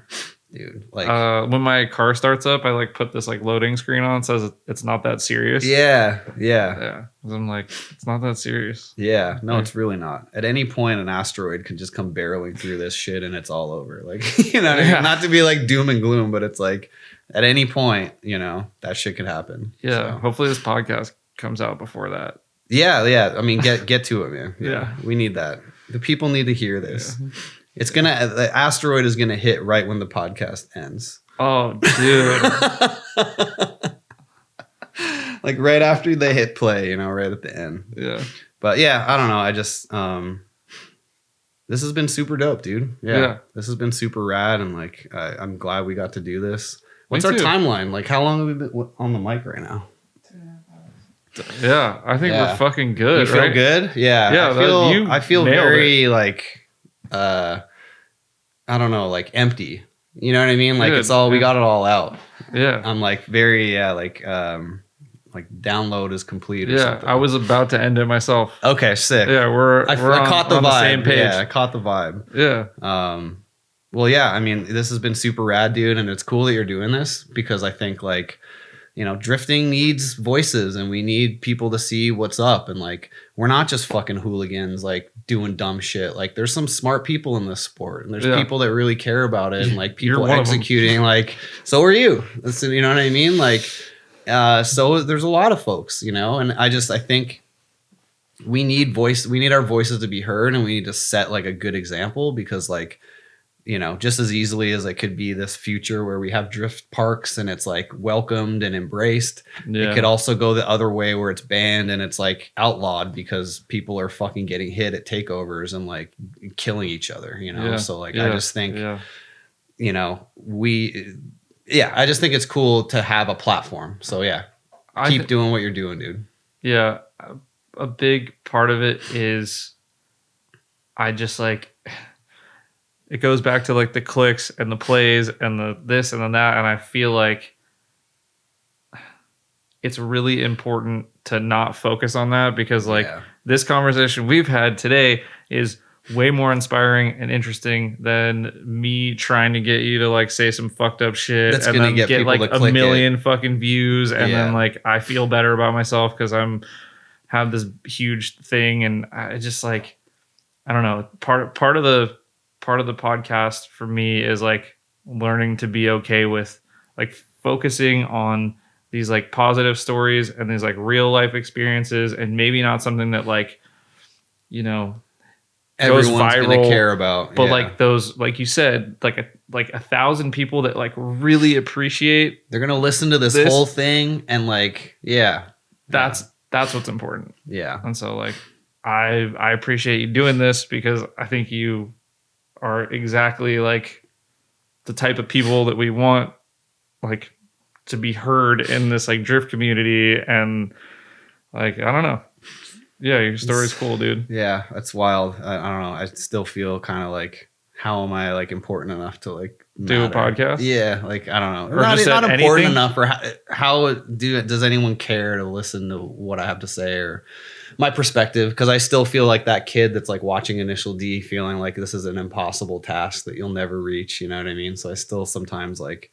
I'm surprised anyone wants to even do the podcast. So you're in good company. Like, no, it's sick. It's cool to just, explore other people's like minds and just, it was like super, super good convo. And I'm like really stoked we made it happen right after, like literally we still have drift like dust on our face. Oh yeah. Like, our cars are on the trailers outside. Like this is the most, we pulled up to the Airbnb after the event. Like we both drove today. Yeah.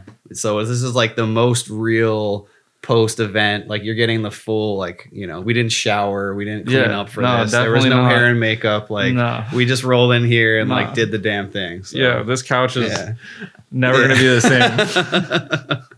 Dude, thank you. Yeah, no, thank you so much. Killed it. Killed it. Absolute legend.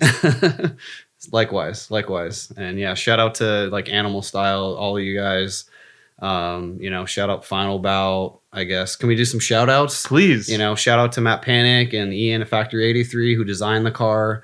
That was huge for me, and that really kind of just boosted my whole game. And like, again, it like made me a better driver because I was like, fuck, like if I'm going to come out this hard and have a silk sheet reveal video, like I better fucking be able to back this shit up. Yeah. And if I can't link the course, it's going to be a problem. Yeah, this is going to be a bad day. So like, just thanks for everyone for like pushing, like thanks for Japan for like building the framework for all of this shit. Yes. All the drivers that we saw on D1 and option videos that like, set the table, I guess, for us to even exist. Like shout out to everyone. I just think, there's a lot to be thankful for. And like, just give people their flowers, man. There's a lot of cool shit out there, and like respect, just anyone out there that's like doing what they love to do and like making it happen.